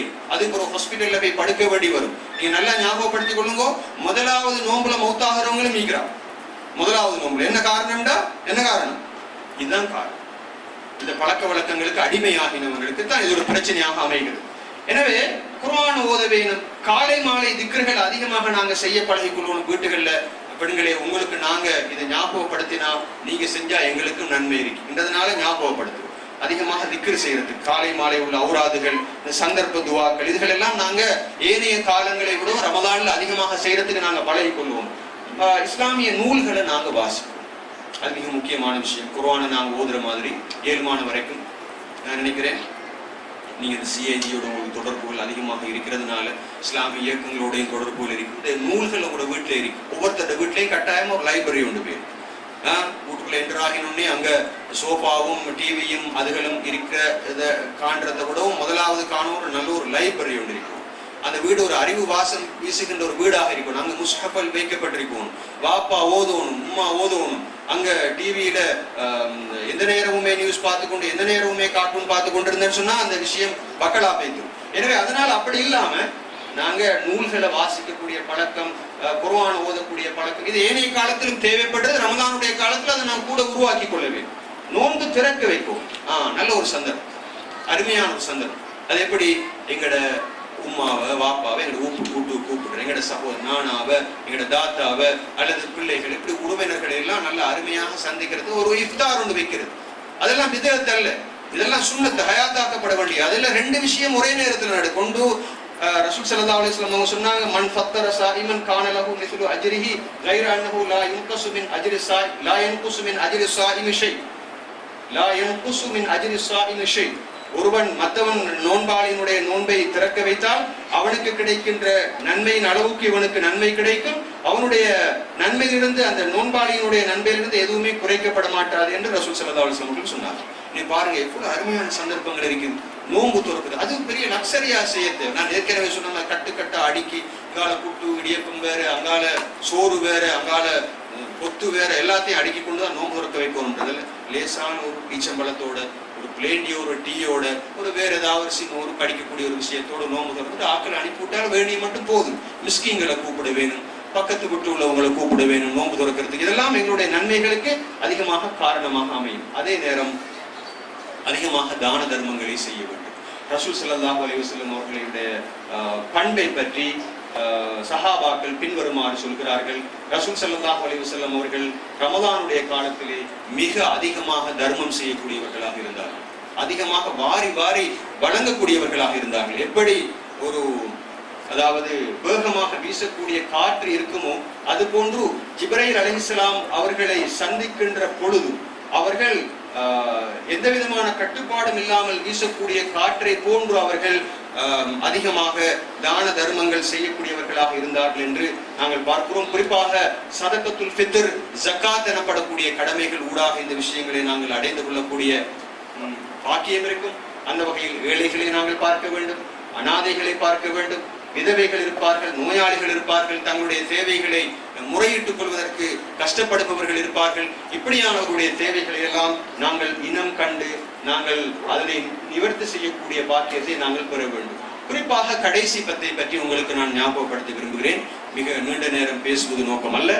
குறிப்பாக கடைசி 10 தான் பெரும்பாலும் லைலத்துல் கத்ருடைய இரவு வரக்கூடிய வாய்ப்பு அதிகமாக இருக்கிறது. சிலருடைய கருத்துப்படி முழு ரமதானிலும் லைலத்துல் கத்ருடைய இரவை நாங்கள் தேடலாம். இருந்தாலும் குறிப்பாக கடைசி 10, அது நாங்கள் ஒற்றைப்படை என்று சொல்லுகின்ற நாட்கள் இரட்டைப்படை நாட்களாக இருக்கலாம். என்றால் பிறை ஒரு நாள் தவறி நாங்கள் கண்டுவிட்டால் நாங்கள் ஒற்றைப்படை என்று சொல்வது இரட்டைப்படை நாளாக இருக்கலாம். அந்த வகையில் அந்த கடைசி 10 அதிகமாக இரவு வணக்கம் செய்வதனூடாக, திலாவத்துல் குர்ஆனிலே ஈடுபடுவதன் மூலமாக, இஅ்திகாஃப் இருப்பதனூடாக பெண்களை பொறுத்தவரையில் சொல்ல வேண்டும், அவர்கள் தங்களுடைய வீடுகளுக்குள் தனியான ஒரு தொழுகை அறையை ஏற்படுத்திக் கொள்வது, அந்த அறைக்குள் அவர்கள் இஅ்திகாஃப் இருக்கலாம். அவர்கள் வசதிப்படுகின்ற நேரமெல்லாம் அந்த அறைக்குள் சென்று அவர்கள் இஅ்திகாஃப் இருக்கலாம். சமைக்கின்ற நேரம் இருக்கும், குளிக்கின்ற நேரம் இருக்கும், உடுப்பு கழுகுன்ற நேரம் இருக்கும், அதே போன்று ஒன்றுக்கு போற நேரம் இருக்கும், அல்லது இது போன்ற அடிப்படையான பிள்ளைகளுடைய தேவைகளை நிறைவு செய்கின்ற நேரம் போக ஏனைய நேரங்களை நீங்கள் சென்று அந்த அறைக்குள் கடத்தினால் அதே ஒரு இஅ்திகாஃபாக மாறும். எனவே சில நேரங்களில் அவர்களுக்கு 100% ஆண்களை போன்று அப்படியான சந்தர்ப்பம் ஒன்று கிடைப்பது கஷ்டமாக இருக்கும். ரசூல் ஸல்லல்லாஹு அலைஹி வஸல்லம் அவருடைய காலத்திலே பெண்கள் பள்ளிவாயிலே சென்று இஅ்திகாஃப் இருந்திருக்கிறார்கள். ரசூல் ஸல்லல்லாஹு அலைஹி வஸல்லம் அவர்கள் தங்களுடைய மனைவிமாரை அழைத்து பெண்கள் பள்ளிவாயிலே இஅ்திகாஃப் அமர செய்திருக்கிறார்கள். கூடாரங்கள் பள்ளிவாயிலுக்குள் அமைக்கப்பட்டிருந்தன என்று ஹதீஸ்களிலே வந்திருக்கிறது. இப்ப அந்த காலம் இப்போது வசதி குறைவாக இருப்பதனால் அதற்கு பகரமாக இஅ்திகாஃபை வீடுகளிலே இருந்தக்கூடிய வாய்ப்பை நாங்கள் ஏற்படுத்திக் கொள்ள வேண்டும். இஅ்திகாஃப் இருக்கின்ற அந்த அறையை எடுத்துக்கொண்டால் அதுக்கு தனியான அறை ஒன்றுதான் கட்டாயம் அவசியம் என்பது அல்ல. எல்லா வீடுகளிலும் அந்த வசதி இருப்பதற்கான வாய்ப்பு குறைவாக இருக்கிறது. எனவே என்ன செய்யலாம், ஒரு தனி அறையை நாங்கள் ஏற்பாடு செய்து கொள்ளலாம். அதற்குள் ஒரு முஸ்ஹபை, ஒரு குர்ஆனை நாங்கள் வைத்துக் கொள்வோம். காலை மாலை ஓதக்கூடிய திக்ருகளுடைய ஒரு புத்தகம் ஒன்றை வைத்துக் கொள்வோம். இஸ்லாமிய நூல்களை நாங்கள் வைத்துக் கொள்வோம். எனவே குர்ஆனை அதிகமாக ஓதுவது, ஒரு தஸ்பீஹ் மணி ஒன்றை வைத்துக் கொண்டாலும் தஸ்பீஹ் செய்வதற்கு, திக்ர் செய்வதற்கு அது வசதியாக ஞாபகமூட்டலாக இருக்கும்.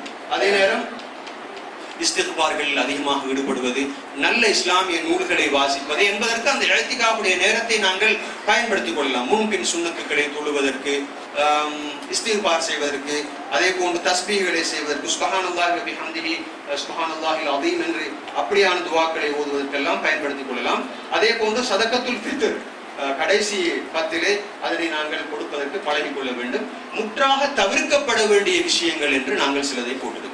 முதலாவது தவிர்க்கப்பட வேண்டிய விஷயங்கள், இரண்டாவது செய்யப்பட வேண்டிய விஷயங்கள், முற்றாக தவிர்க்கப்பட வேண்டிய விஷயங்கள். குறிப்பாக ரமலானுடைய காலத்தில் அதிகமாக சாப்பிடுவது என்பதும் வீண்விரயம்தான். அளவுக்கு அதிகமாக சாப்பாட்டை சமைத்து விட்டு அதனை வீசி விடுவது என்பதும் வீண்விரயம்தான். நான் ஏற்கனவே சொன்னது போன்று வீண்விரயம் செய்கின்ற நேரத்தில் யோசிக்க வேண்டும், அல்லாஹு தஆலா எனக்கு தந்திருக்கின்ற ஒரு பாக்கியம் இந்த சாப்பாடு. இந்த சாப்பாடு இல்லாமல் எத்தனையோ பேர் இறந்து கொண்டிருக்கிறார்கள் உலகத்தில். எனவே இதனை நான் அதாவது குப்பையிலே கொண்டு கொட்டினால் அல்லாஹ் தஆலாவிடத்தில் இதற்காக வேண்டி ஜவாபு சொல்ல வேண்டி வரும். அல்லாஹ் தஆலா குர்ஆனிலே சொல்கின்றான், வலா துபதிர் தப்தீரா, நீங்கள் அதாவது தப்தீர்னு சொன்னால் என்ன, இஸ்ராப் செய்ய வேண்டாம், அதாவது வீண்விரயம் செய்ய வேண்டாம். நிச்சயமாக வீண்விரயம் செய்பவர்கள், அது உடுப்பிலாக இருக்கலாம், சாப்பாட்டிலாக இருக்கலாம், வீடு கட்டுவதிலாக இருக்கலாம். எனவே வீண்விரயம் என்பது பலமாறி அமையலாம். அவர்கள் ஷைத்தான்களுடைய சகோதரர்கள் என்று அல்லாஹ் தஆலா குர்ஆன்ல சொல்றார். எனவே நாங்க வீண்விரயம் செய்யற நேரம் யோசிக்கணும், எத்தனையோ பேர் சாப்பாடு இல்லாம இருக்கிறாங்க, எத்தனையோ பேர் அன்றாடம் குடிச்சு கொண்டிருந்து கூட நல்ல தண்ணி இல்லாம இருக்கிறாங்க. வகான ஷைத்தானு லிரப்பிஹி கஃபூரா, நிச்சயமாக ஷைத்தான் தன்னுடைய இரட்சகனுக்கு நன்றி கெட்டவனாக இருக்கிறான் என்று அந்த குர்ஆனுடைய வசனம் சொல்கிறது. அதே நேரம் புத்தாடைகளை தேடுவதிலும் இஸ்ராஃபாக இருக்கக்கூடாது. எல்லாத்துக்கும் அதுக்காக வேண்டி கந்தல் ஆடையை உடுத்துக்கொண்டு பெருநாளைக்கு வாங்க என்று நான் சொல்லல, நீங்க உடுத்துக்கொள்ளலாம். இருந்தாலும் அதிலையும் கூட வாப்பாக்கு 15 டவுசர், உமாக்கு 5 அபாயா, இப்படி எல்லாம் வாங்கினு சொன்னா என்ன கதை? அப்படி இல்லாம நிறைய பேர் இருப்பாங்க ஊர்ல, அவங்க எல்லாம் தேடி தேடி நாங்க கொடுக்க வேணும் கட்டாயமா. ஒரு அளவு ஒன்று இருக்கு, அபாயா உடுக்கிறதுக்கு ஒரு அளவு ஒன்று இல்லையா? அதுக்கு 15,000 கொடுத்து வாங்கணுமா? அப்படி எல்லாம் தேவையில்லையே. என்னத்துக்குத்தான் நாங்க யாருக்குத்தான் இந்த அழகை காட்ட போறோம்? அப்படி அல்ல. எனவே அந்த விஷயங்களையும் நாங்க கவனத்துல கொள்ள வேண்டியிருக்கும். அதே நேரம் அதிகமான தூக்கத்தை குறைத்துக் கொள்ள வேண்டும், மிக முக்கியமான விஷயம். அதிகமான தூக்கத்தை நாங்க குறைச்சு கொள்வோம். சோம்பலும் வேலை செய்யாதிருப்பதும் என்பதும் ஒரு பிரச்சனை தான்.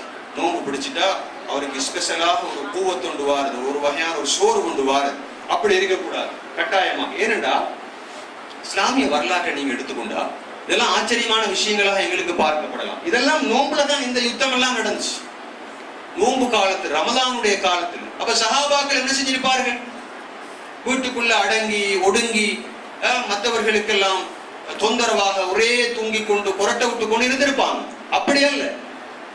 ஹிஜ்ரி 2 ரமலானுடைய மாதத்துல தான் பத்ர் யுத்தம் நடக்கிறது. பாருங்க எப்படின்னு சொல்லி போட்டு நாங்க யுத்தம் வீட்டுல சும்மா இருக்கிறதல்ல, தூங்கி கொண்டிருக்கிறதல்ல, சாப்பிட்டு கொண்டிருக்கிறதல்ல, பகல் காலத்துல நோம்பு. ஆனா பத்ர்ல போராடுறாங்க. மக்காவுடைய வெற்றி ஹிஜ்ரி 8, காதிசியா போராட்டம் ஹிஜ்ரி 15, ஹிஜ்ரி 583 பைத்துல் முகத்தஸ் வெற்றி கொள்ளப்படுகிறது. நான் கவனத்துல கொள்ள வேண்டிய மிக முக்கியமான விஷயம், தாத்தாரிகளுக்கு எதிரான போராட்டம் 658 தான் சாத்தியப்படுகிறது. எல்லாம் ரமலானுடைய மாசத்தில். எப்படி ரமலானை பார்த்து, ரமலானுடைய காலம்ன்றது ஒரு சோம்பலுடைய காலம், அதுல தூக்கத்துடைய காலம், மனிதனுடைய உடம்பை பலகீனப்படுத்தக்கூடிய காலம், எப்படி சொல்ல, அவங்க இது ஒரு சேலஞ்சாக எடுத்திருக்கிறார். எங்களுடைய ஆத்மாவை வளர்ப்பதற்கு வந்திருக்கின்ற மாதம், நாங்க இதை பயன்படுத்திக் கொள்ளவும் என்ற அந்த உணர்வு அவர்களுக்கு வந்திருக்குது. நாங்க சினிமாவும் டெலிடிராமாவும் வீடியோ கேம்ஸ்லயும் தான் எங்கட காலம் இருக்கு. எங்கட பிள்ளைகளை பெரும்பாலும் பார்த்தா 40 நாள் அழகாக பரக்கத்தாக லீவு கொடுத்து வச்சு நல்லா தூங்குங்கன்னு சொல்லி. மிச்சம் கவலையான விஷயம், வெளிநாடுகள்ல எல்லாம், அரபு நாடுகள்ல கூட இந்த நோம்புல மதரசாக்களுக்கு ஸ்கூலுக்கு லீவு கொடுத்தில்லை. அங்கெல்லாம் கொஞ்சம் நேரத்தை கொஞ்சம் குறைச்சி வச்சிருப்பாங்க தான். உதாரணமாக ஒரு 8 மணில இருந்து ஒரு 12 மணி வரைக்கும் ஸ்கூல் நடக்கும், அல்லது 1 மணி வரைக்கும் நடக்கும். நேரத்தை கொஞ்சம் குறைச்சி வச்சுன்னா பகல் காலத்துல ஸ்கூல் நடக்கும். இது அப்படியா இல்லை. முஸ்லீம் அல்லாத நாடு தானே. முஸ்லீம் நாடாக இருந்தா லீவ் கொடுக்க மாட்டாங்க. முஸ்லீம் அல்லாத நாட்டுல லீவ் கொடுத்துருங்க. அல்லா பகல் காலம் எல்லாம் கேம் விளையாடு. என்ன கேம்? டிவி கேம் விளையாடு. கையில வச்சு கொடுங்க போனை, எல்லா வகையான பில்மையும் நீங்க பாருங்க என்று நாங்க கொடுத்து வச்சுக்கோம். அப்படியா இல்லை. எனவே நாங்க தூங்கக்கூடாது, அதிகமாக சோம்பலோடு இருக்கக்கூடாது.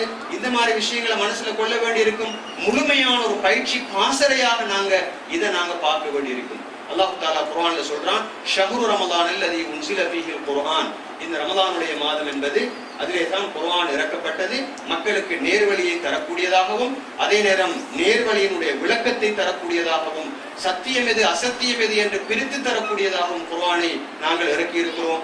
யார் அந்த காலப்பிரிவை அடைகின்றார்களோ அவர்கள் நோன்பு இருக்கட்டும் என்று அந்த குர்ஆனுடைய வசனம் எங்களுக்கு சொல்லுகிறது. எனவே நான் நினைக்கிறேன் எங்களுடைய நேரம் குறுகியதாக இருப்பதனால் நாங்கள் நிறுத்திக் கொள்வது பொருத்தமாக இருக்கும். ஒரு விஷயத்தை மாத்திரம் ஒரு 5-10 நிமிஷத்துக்கு ஒரு முக்கியமான விஷயம் ஒன்று நான் ஞாபகப்படுத்தி விட்டு நான் என்னுடைய விரிவுரையை முடிக்க விரும்புகின்றேன். குறிப்பாக அடுத்த ஆண்களுக்கான விரிவுரை இன்ஷா அல்லாஹ் இஷா தொழுகைக்கு பிறகு இருக்கிறது. அதில் நான் சொல்ல இருக்கின்ற சில முக்கியமான விஷயங்களை உங்களுக்கு தொட்டு காட்ட விரும்புகிறேன். எங்கட சமூகத்துல இந்த தௌபாவை பத்தி ஒரு பிழையான கண்ணோட்டம் ஒன்று இருக்கு. தௌபாண்டா அந்த பாவங்களுக்கு மன்னிப்பு கேட்கிறது. அல்லாஹ்வுக்கு நாங்க செஞ்ச துரோகங்களுக்கு ரமலானுடைய மாதத்துல மன்னிப்பு கேட்டால் அவன் இரக்கமாக இருந்து எங்களை மன்னிப்பார். ஆனால் நாங்க எங்கட சக அடியார்களுக்கு ஏதாவது அநியாயம் செஞ்சிருந்தால் அவர்களிடத்துல போயிட்டு மன்னிப்பு கேட்காத வரைக்கும் எங்களுக்கு மன்னிப்பு கிடையாது. நல்லா ஞாபகம் வச்சுக்கோ. ரைட்? நான் சில ஸ்லைட்ஸ்களை மாத்திரம் காட்டுறேன். ஒரு 5 நிமிஷத்துக்கு நீங்க கொஞ்சம் பார்க்க வேணும். சில வகையான பாவங்களை இருக்குது. ரைட்?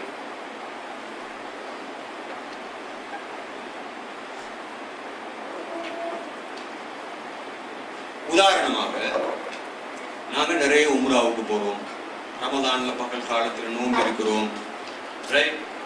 நிறைய குர்ஆன் ஓதுவோம், நிறைய திக்ர் செய்வோம், சுன்னத்தான அமல்கள் எல்லாம் செய்வோம். ஆனா எங்களை மாதிரி அடியார்களுக்கு நாங்க நிறைய அநியாயம் செய்யறதாக இருந்தால் அதுக்கு அந்த அடியார்கள் மன்னிக்காத வரைக்கும் அல்லாஹ் தஆலா மன்னிக்க மாட்டான். நல்லா ஞாபகம் வச்சுக்கணும். முழு ரமலான்லையும் குட்டிக்கரணம் அடிச்சாலும் அல்லாஹ்வுக்கு முன்னால போயிட்டு கொண்டு எங்களை மாதிரி அடியார்களுக்கு நாங்க அநியாயம் செஞ்சிருந்தா அவர்களுடைய மனசை திருப்திப்படுத்தாத வரைக்கும், உதாரணமாக காசை நான் களவெடுத்திருந்தா திருப்பி கொடுக்க வேணும். என் உம்மாட மனசை நோவடிச்சவனாக நான் இருந்தால் உம்மாட்ட போயிட்டு மன்னிப்பு கேட்டு உம்மாவுக்கு சேவகம் செய்யறவனாக நான் மாறணும். அப்பதான் எனக்கு பாவ மன்னிப்பு இருக்கு. எனவே பாவ மன்னிப்பை பத்தி ஒரு தப்பான கருத்தோட எங்க சமூகத்துல இருக்குது. அந்த கருத்தை தான் நான் சொல்ல வர்றேன். உதாரணமாக ஒரு 50 ரூபா காசு எடுத்திருந்தாலும் கூட அந்த 50 ரூபா காசு திருப்பி கொடுக்காத நிலைமையில என்னுடைய பாவங்கள் அங்கீகரிக்கப்பட மாட்டார். பாருங்க, ஒரு முக்கியமான ஒரு ஹதீஸ். இந்த ஹதீஸை நான் உங்களுக்கு விளங்கப்படுத்தணும். ரசூல் ஸல்லல்லாஹு அலைஹி வஸல்லம் அவர்கள் சொன்னார்கள், நாளை மறும நாள்ல சொர்க்கத்துக்கும் நரகத்துக்கும் இடையில் ஒரு பாலம் ஒன்று போடுவான் அல்லாஹ் தஆலா. சொர்க்கத்துக்கும் நரகத்துக்கும் இடையில். இப்ப கலிமாவுடைய பரக்கத்தால எல்லா முஸ்லீம்களும் என்ன செய்வாங்க, நரகத்துல கொஞ்ச காலம் இந்த பாவங்கள் எல்லாம் செஞ்சவங்க, அல்லாஹ்வுக்கு துரோகம் செஞ்சவங்க எல்லாம் இருந்துட்டு சுவர்க்கத்தை நோக்கி போவாங்க. போற நேரத்துல இந்த சுவர்க்கத்துக்கும் நரகத்துக்கும் இடையில ஒரு பாலம் ஒன்று போடப்படும். கந்தரா, அந்த ஹதீஸ்ல வந்து புகார்ல வர ஹதீஸ். அந்த பாலத்துல இந்த நரகத்தில இருந்து போறவங்களை அல்லாஹ் தஆலா தடுத்து நிறுத்துவான். ஏன் நிறுத்துவான் என்றால், இவங்க யாருக்காவது கடன் கொடுக்க இருந்தால் அந்த கடனை கொடுத்துட்டு தான் சொர்க்கத்துக்கு போகலாம். யாருக்காவது அநீதி இழைத்திருந்தால் அந்த அநீதிக்கு பழிவாங்கல் செய்வதற்கு சந்தர்ப்பம் கொடுத்து விட்டு தான் சொர்க்கத்துக்கு போகலாம். அப்படியான ஒரு பாலம். நல்லா ஞாபகம் வச்சுக்கணும். உதாரணமாக நீங்க ஒரு மனுஷனுடைய காணியில ஒரு 2 ஏக்கரை களவெடுத்திருக்கிறீங்க. களவெடுத்துட்டு தான் மௌத்தாயிருக்கிறேன்னு வச்சுக்கணும். இப்ப என்ன செய்யறது, அந்த பாலத்துல வச்சு அந்த 2 ஏக்கரை கொடுக்கணும். கொடுக்கணுமா? எங்க தேடுறது? 2 ஏக்கர். 2 ஏக்கர் அங்க இருக்குது. சொர்க்கத்துக்கு போற பாதையில ஒரு பாலத்துல 2 ஏக்கர் எங்க தேடுறது? நீங்க அடிச்சிருப்பீங்க, அவருக்கு திருப்பி அடிக்கிறதுக்கு சான்ஸ் ஒண்ணு கொடுக்கணும் அவருக்கு. அப்ப அவர் மன்னிச்சாலே தவிர சொர்க்கத்துக்குள்ள போக இல்லாது. அப்படிப்பட்ட ஒரு பாலம். ரசூல் ஸல்லல்லாஹு அலைஹி வஸல்லம் அவர்கள் சொன்னார்கள், மகாலிம கானத் பைனஹும், தங்களுக்கு மத்தியில் இடம்பெற்றிருக்கின்ற அநியாயங்களுக்கு பரஸ்பரம் பழிவாங்கிக் கொள்கின்ற பாலமாக அந்த பாலம் இருக்கு. உதாரணமாக வச்சுக்கணும். நான் ஏற்கனவே சொன்ன உதாரணத்தை மறுவாழ்வு சொல்றேன். நீங்கள் நல்ல ஒரு இபாதத்தாளின்னு வச்சுக்கணும். மாஷா அல்லாஹ் 5 நேரம் தொழுகிறது, ஜகாத் கொடுக்கிறது, நோன்பு பிடிக்கிறது, குர்ஆன் ஓதுறது, ஹிஜாப் போடுறது, இந்த நேரம் திக்ரோடு இருக்கிற ஒரு பொம்பளைன்னு வச்சுக்கோ. ஆனா பாப்பாக்கு உமாக்கும் அநியாயம் செய்யறா, அந்த பாப்பா உமா மனசளவுல நிறைய பாதிக்கப்பட்டிருப்பா. அப்ப ஒரு அடியானுக்கு செஞ்ச ஒரு அநியாயமே. இப்ப இந்த உதாரணமாக நீங்க வச்சுக்கணும், நீங்க சொர்க்கத்துக்கு போறதுக்கு அப்படி அந்த பாலத்துல பேத்து கொண்டீங்கன்னா அங்க உமா பாப்பாவும் நிப்பாங்க. ஏன் நிப்பாங்க? எங்கட மனசை புண்படுத்தின ஆட்கள் இல்லையா நீங்க, எனவே உங்களை போக மாட்டேன் எங்க நரகத்துக்கு. அப்ப அவங்களோட மனசை அவட்ல தேற்றி அவங்கள திருப்திப்படுத்தினதுக்கு பிறகு அவங்க அனுமதிச்சால்தான் எங்க போகலாம், சொர்க்கத்துக்கு போகலாம். இது மாதிரி உலகத்துல நடக்கிற நிறைய அநியாயம், அடிக்கிறது, புறம் பேசுறது, பொய் பேசுறது, மனசை நோவுடிக்கிறது, இது மாதிரி விஷயங்கள். எனவே அந்த பாலத்தை பத்தி கவனமா இருக்கணும். இந்த பாருங்க அந்த ஹதீஸ்ல வந்திருக்குது, அந்த ஹதீஸ்ல மொழிபெயர்ப்பு போட்டா அந்த பாருங்க, மொழிபெயர்ப்பு தமிழ்ல பாருங்க. நோன்பு காலத்துல தௌபா செய்யறத பத்தி உள்ள முக்கியமான ஒரு கன்செப்ட். இதை நாங்க இன்னைக்கு தனியாக இன்ஷா அல்லாஹ் இன்னைக்கு ராவைக்கு நாங்க பேசுவோம். ரமலானும் தௌபாவும் என்ற பேர்ல இறை நம்பிக்கையாளர்கள் நரகத்திலிருந்து தப்பி வரும்போது சொர்க்கத்துக்கும் நரகத்திற்கும் இடையிலே ஒரு பாலத்தில் தடுத்து நிறுத்தப்படுவார்கள். கவனமா இருக்கும். சும்மா அஸ்தக்ஃபிருல்லாஹ்னு சொல்லி போட்டு வருஷ கணக்குல சுஜூதுல இருந்தாலும் உம்மாக்கு வாப்பாக்கு அநியாயம் செஞ்சு போட்டு அந்த இஸ்திக்பாருக்கு எந்த பெருமதியும் இல்லை. பக்கத்து வீட்டு பொம்பளைக்கு அநியாயம் செஞ்சு போட்டு நாங்க இஸ்திக்பார் செஞ்சுதான் எங்களுக்கு மன்னிப்பு கிடைக்கும். அந்த பொம்பளை நிப்பா அந்த பாலத்துல, எனக்கு அடிச்ச இந்த பொம்பளை இவங்க நான் திருப்பி அடிக்கணும் அப்படின்னு சொல்லு. ரைட்? அப்போது உலகில் வாழ்ந்த போது அவர்களுக்கு இடையே நடந்த அநீதிகளுக்கு அந்த பாலத்திலேயே ஒருவருக்கொருவர் கணக்கு தீர்த்து கொள்வார்கள். தீர்த்து கொண்டு பரிசுத்தப்படுத்தப்பட்டதற்கு பின்னால் தான் அவர்கள் இறுதியில் அவர்கள் பாவங்களது நீங்கி தூய்மையாக விடும் பொழுது சொர்க்கத்தில் நுழைய அவர்களுக்கு அனுமதி வழங்கப்படும். ரைட்? இது லேசான விஷயம் அல்ல.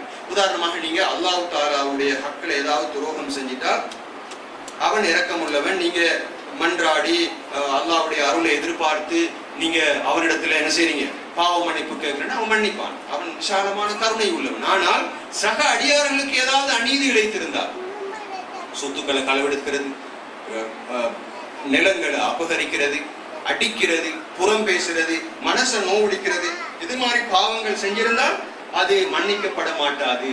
அநீதி இழைக்கப்பட்டவரின் சாபத்திற்கு அஞ்சுங்கள், ஏனெனில் அதற்கும் அல்லாஹ்வுக்கும் இடையே எந்த திரையும் கிடையாது என்று ரசூல் ஸல்லல்லாஹு அலைஹி வஸல்லம் சொன்னார்கள். எங்களால் அனுமதி, அதாவது எங்களால அநீதிக்கு உள்ளாக்கப்பட்ட ஒரு மனிதன் இருக்கிறான், அவன் காபிராக இருந்தாலும் அவனுடைய பிரார்த்தனைக்கும் அல்லாஹ்வுக்கும் இடையில எந்த திரையும் கிடையாது. நாங்கள் பயந்து கொள்ளுவோம். நான் ரமலானை எதிர்நோக்கி இருக்கிறோம். எனவே ரமலானுக்கு முன்னால செய்யணும், பாப்பா உமாவோட கோச்சிருந்தா உடனே போயிட்டு கதைச்சுக்கணும். அவங்களோட நானாவோட கதைக்காம இருந்தா அதை போயிட்டு கதைச்சு கொள்வோம், தாத்தாவோட கதைக்காம இருந்தா போயிட்டு கதைச்சு கொள்வோம். இந்த ஈகோ, அந்த மனசுல அந்த வைராக்கியங்கள் எல்லாம் எல்லாத்தையும் இறக்கி போடும். அல்லாஹ்வை சந்திக்கிற நேரம் தூய்மையான உள்ளத்தோட சந்திப்போம்.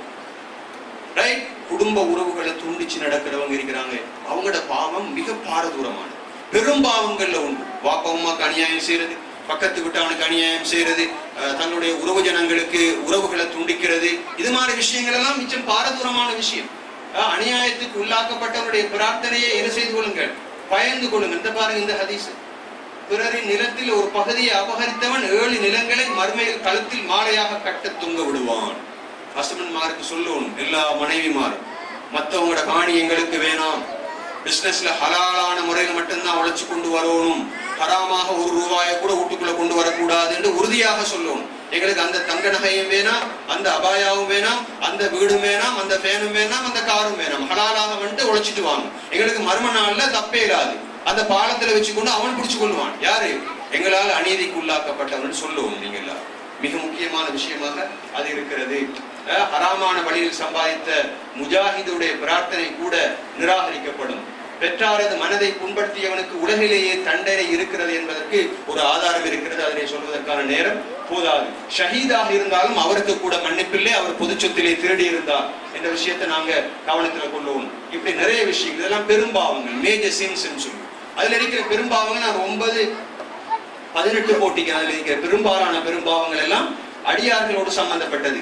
அனாதைகளுடைய சொத்துக்களை சாப்பிடுறது, கற்புணரை உள்ள பெண்கள் மீது அபாண்டம் சுமத்துவது, உறவு ஜனங்களுடைய உறவுகளை துண்டித்து நடப்பது, பொய் சாட்சியம் சொல்வது, அதே போன்று சொத்துக்களை அபகரிப்பது, அநியாயம் செய்வது, கோல் சொல்வது, ரிஷ்வா என்றால் லஞ்சம் எடுப்பதும் கொடுப்பதும், கொலை செய்வது, சூனியம் செய்வது, ஜகாத்து கொடுக்காமல் இருப்பது, தாய் தகப்பனுடைய மனதை நோவடிப்பது, வட்டி சாப்பிடுவது, ஒருவர் மற்றவருடைய தகப்பன் லானத்தை செய்யும்படி நடந்து கொள்வது, தகப்பனுக்கு உதாரணமாக நான் இன்னொருவருடைய தகப்பனுக்கு லானத்து செய்யறேன்னு சொன்னா அவர் மாறி எனக்கு லானத்து செய்யற மாதிரி என்னுடைய தகப்பனுக்கும் லானத்து செய்வோம். அது ஒரு பெரிய பாவம். அப்படியெல்லாம் நாங்க நிறைய செஞ்சிருந்தால் அப்படியான விஷயங்கள்ல இருந்து நாங்க தவிர்த்து கொள்ள வேண்டியது எங்களுடைய கடமையாக இருக்கிறது. எனவே நான் நினைக்கிறேன் இந்த விஷயத்தையும் கொஞ்சம் கவனத்தில் கொண்டு போகணும். ரமதானுக்குள்ள போக இருக்கிறோம், தௌபாவை பத்தி பேசுறோம், அஸ்தக்ஃபிருல்லாஹ் அஸ்தக்ஃபிருல்லாஹ் அஸ்தக்ஃபிருல்லாஹ் எவ்வளவு சொன்னாலும் அந்த பாவத்துக்கு மன்னிப்பில்லை. நாங்க அடியார்களுக்கு கொடுக்க வேண்டிய உரிமையை கொடுக்காமல் விட்டால். எனவே அந்த பகுதியை சுருக்கமாக நான் முடிச்சுக் கொள்றேன். இறுதியாக இப்படியான ஒரு சந்தர்ப்பத்திலே உங்களை சந்திக்க கிடைத்தமே என்று நான் பெரும் மகிழ்ச்சி அடைகின்றேன். உங்களுக்கு அல்லாஹ் தஆலாவுடைய அருள் கிட்ட வேண்டும். நாங்கள் ரமதான் மாதத்தை எதிர்நோக்கி இருக்கிறோம். மிகவும் சந்தோஷமாகவும் உற்சாகமாகவும் அந்த ரமதான் மாதத்தை வரவேற்பதற்கு நாங்கள் தயாராக வேண்டும். அதற்கென்று பிளான் பண்ணிக்கொள்ள வேண்டும். அதனை எப்படி கடத்துவது என்று நாங்கள் திட்டமிட்டுக் கொள்ள வேண்டும். வல்ல அல்லாஹ் தஆலா இந்த ரமதானை சிறப்பாக பயன்படுத்தி அவனுடைய சுவர்க்கத்தை அடையக்கூடிய பாக்கியத்தை அனைவருக்கும் நசீபாக்குவானாக என்று பிரார்த்தித்து ஏற்பாட்டாளர்களுக்கும் நன்றி தெரிவித்து உங்கள் அனைவருக்கும் மீண்டும் நன்றி தெரிவித்து நான் முடித்துக் கொள்கின்றேன். வாஹிரு தஅவானா அல்ஹம்துலில்லாஹி ரப்பில் ஆலமீன். அஸ்ஸலாமு அலைக்கும் வரஹ்மத்துல்லாஹி வபரகாத்துஹு. பிஸ்மில்லாஹிர்ரஹ்மானிர்ரஹீம். இதுவரை நேரமும் எங்களுடைய பிரதேசத்தில் இருக்கின்ற சகோதர சகோதரிகளுக்கும் எங்களுடைய பாடசாலையில் கல்வி கற்கின்ற மாணவ மாணவிகளின் தாய்மார்களுக்கும் சிறந்த ஒரு விரிவுரையை வழங்கியமைக்காக எங்களுடைய விரிவுரையாளர் ஷேக் ஃபதுல் நலிமி அவர்களுக்கு இஸ்லாமிய வழிகாட்டல் நிலையத்தின் சார்பாக மனமார்ந்த நன்றிகளை தெரிவித்துக் கொள்கின்றோம். தோடு இந்த நிகழ்ச்சியை நிறைவு செய்து கொள்கின்றோம். சந்தேகங்கள் கேள்விகள் கேட்கக்கூடியவர்கள் எழுத்து மூலமாக தருவதனூடாக கேட்கலாம். செல்லுகின்றவர்கள் மெதுவாக செல்லுங்கள். படியிலே விழக்கூடிய சந்தர்ப்பங்களும் இருக்கின்றது. சுப்ஹானக அல்லாஹும்ம வ பிஹம்திக அஷ்ஹது அல்லா இலாஹா இல்லா அன்த அஸ்தக்ஃபிருக வ அத்தூபு இலைக்.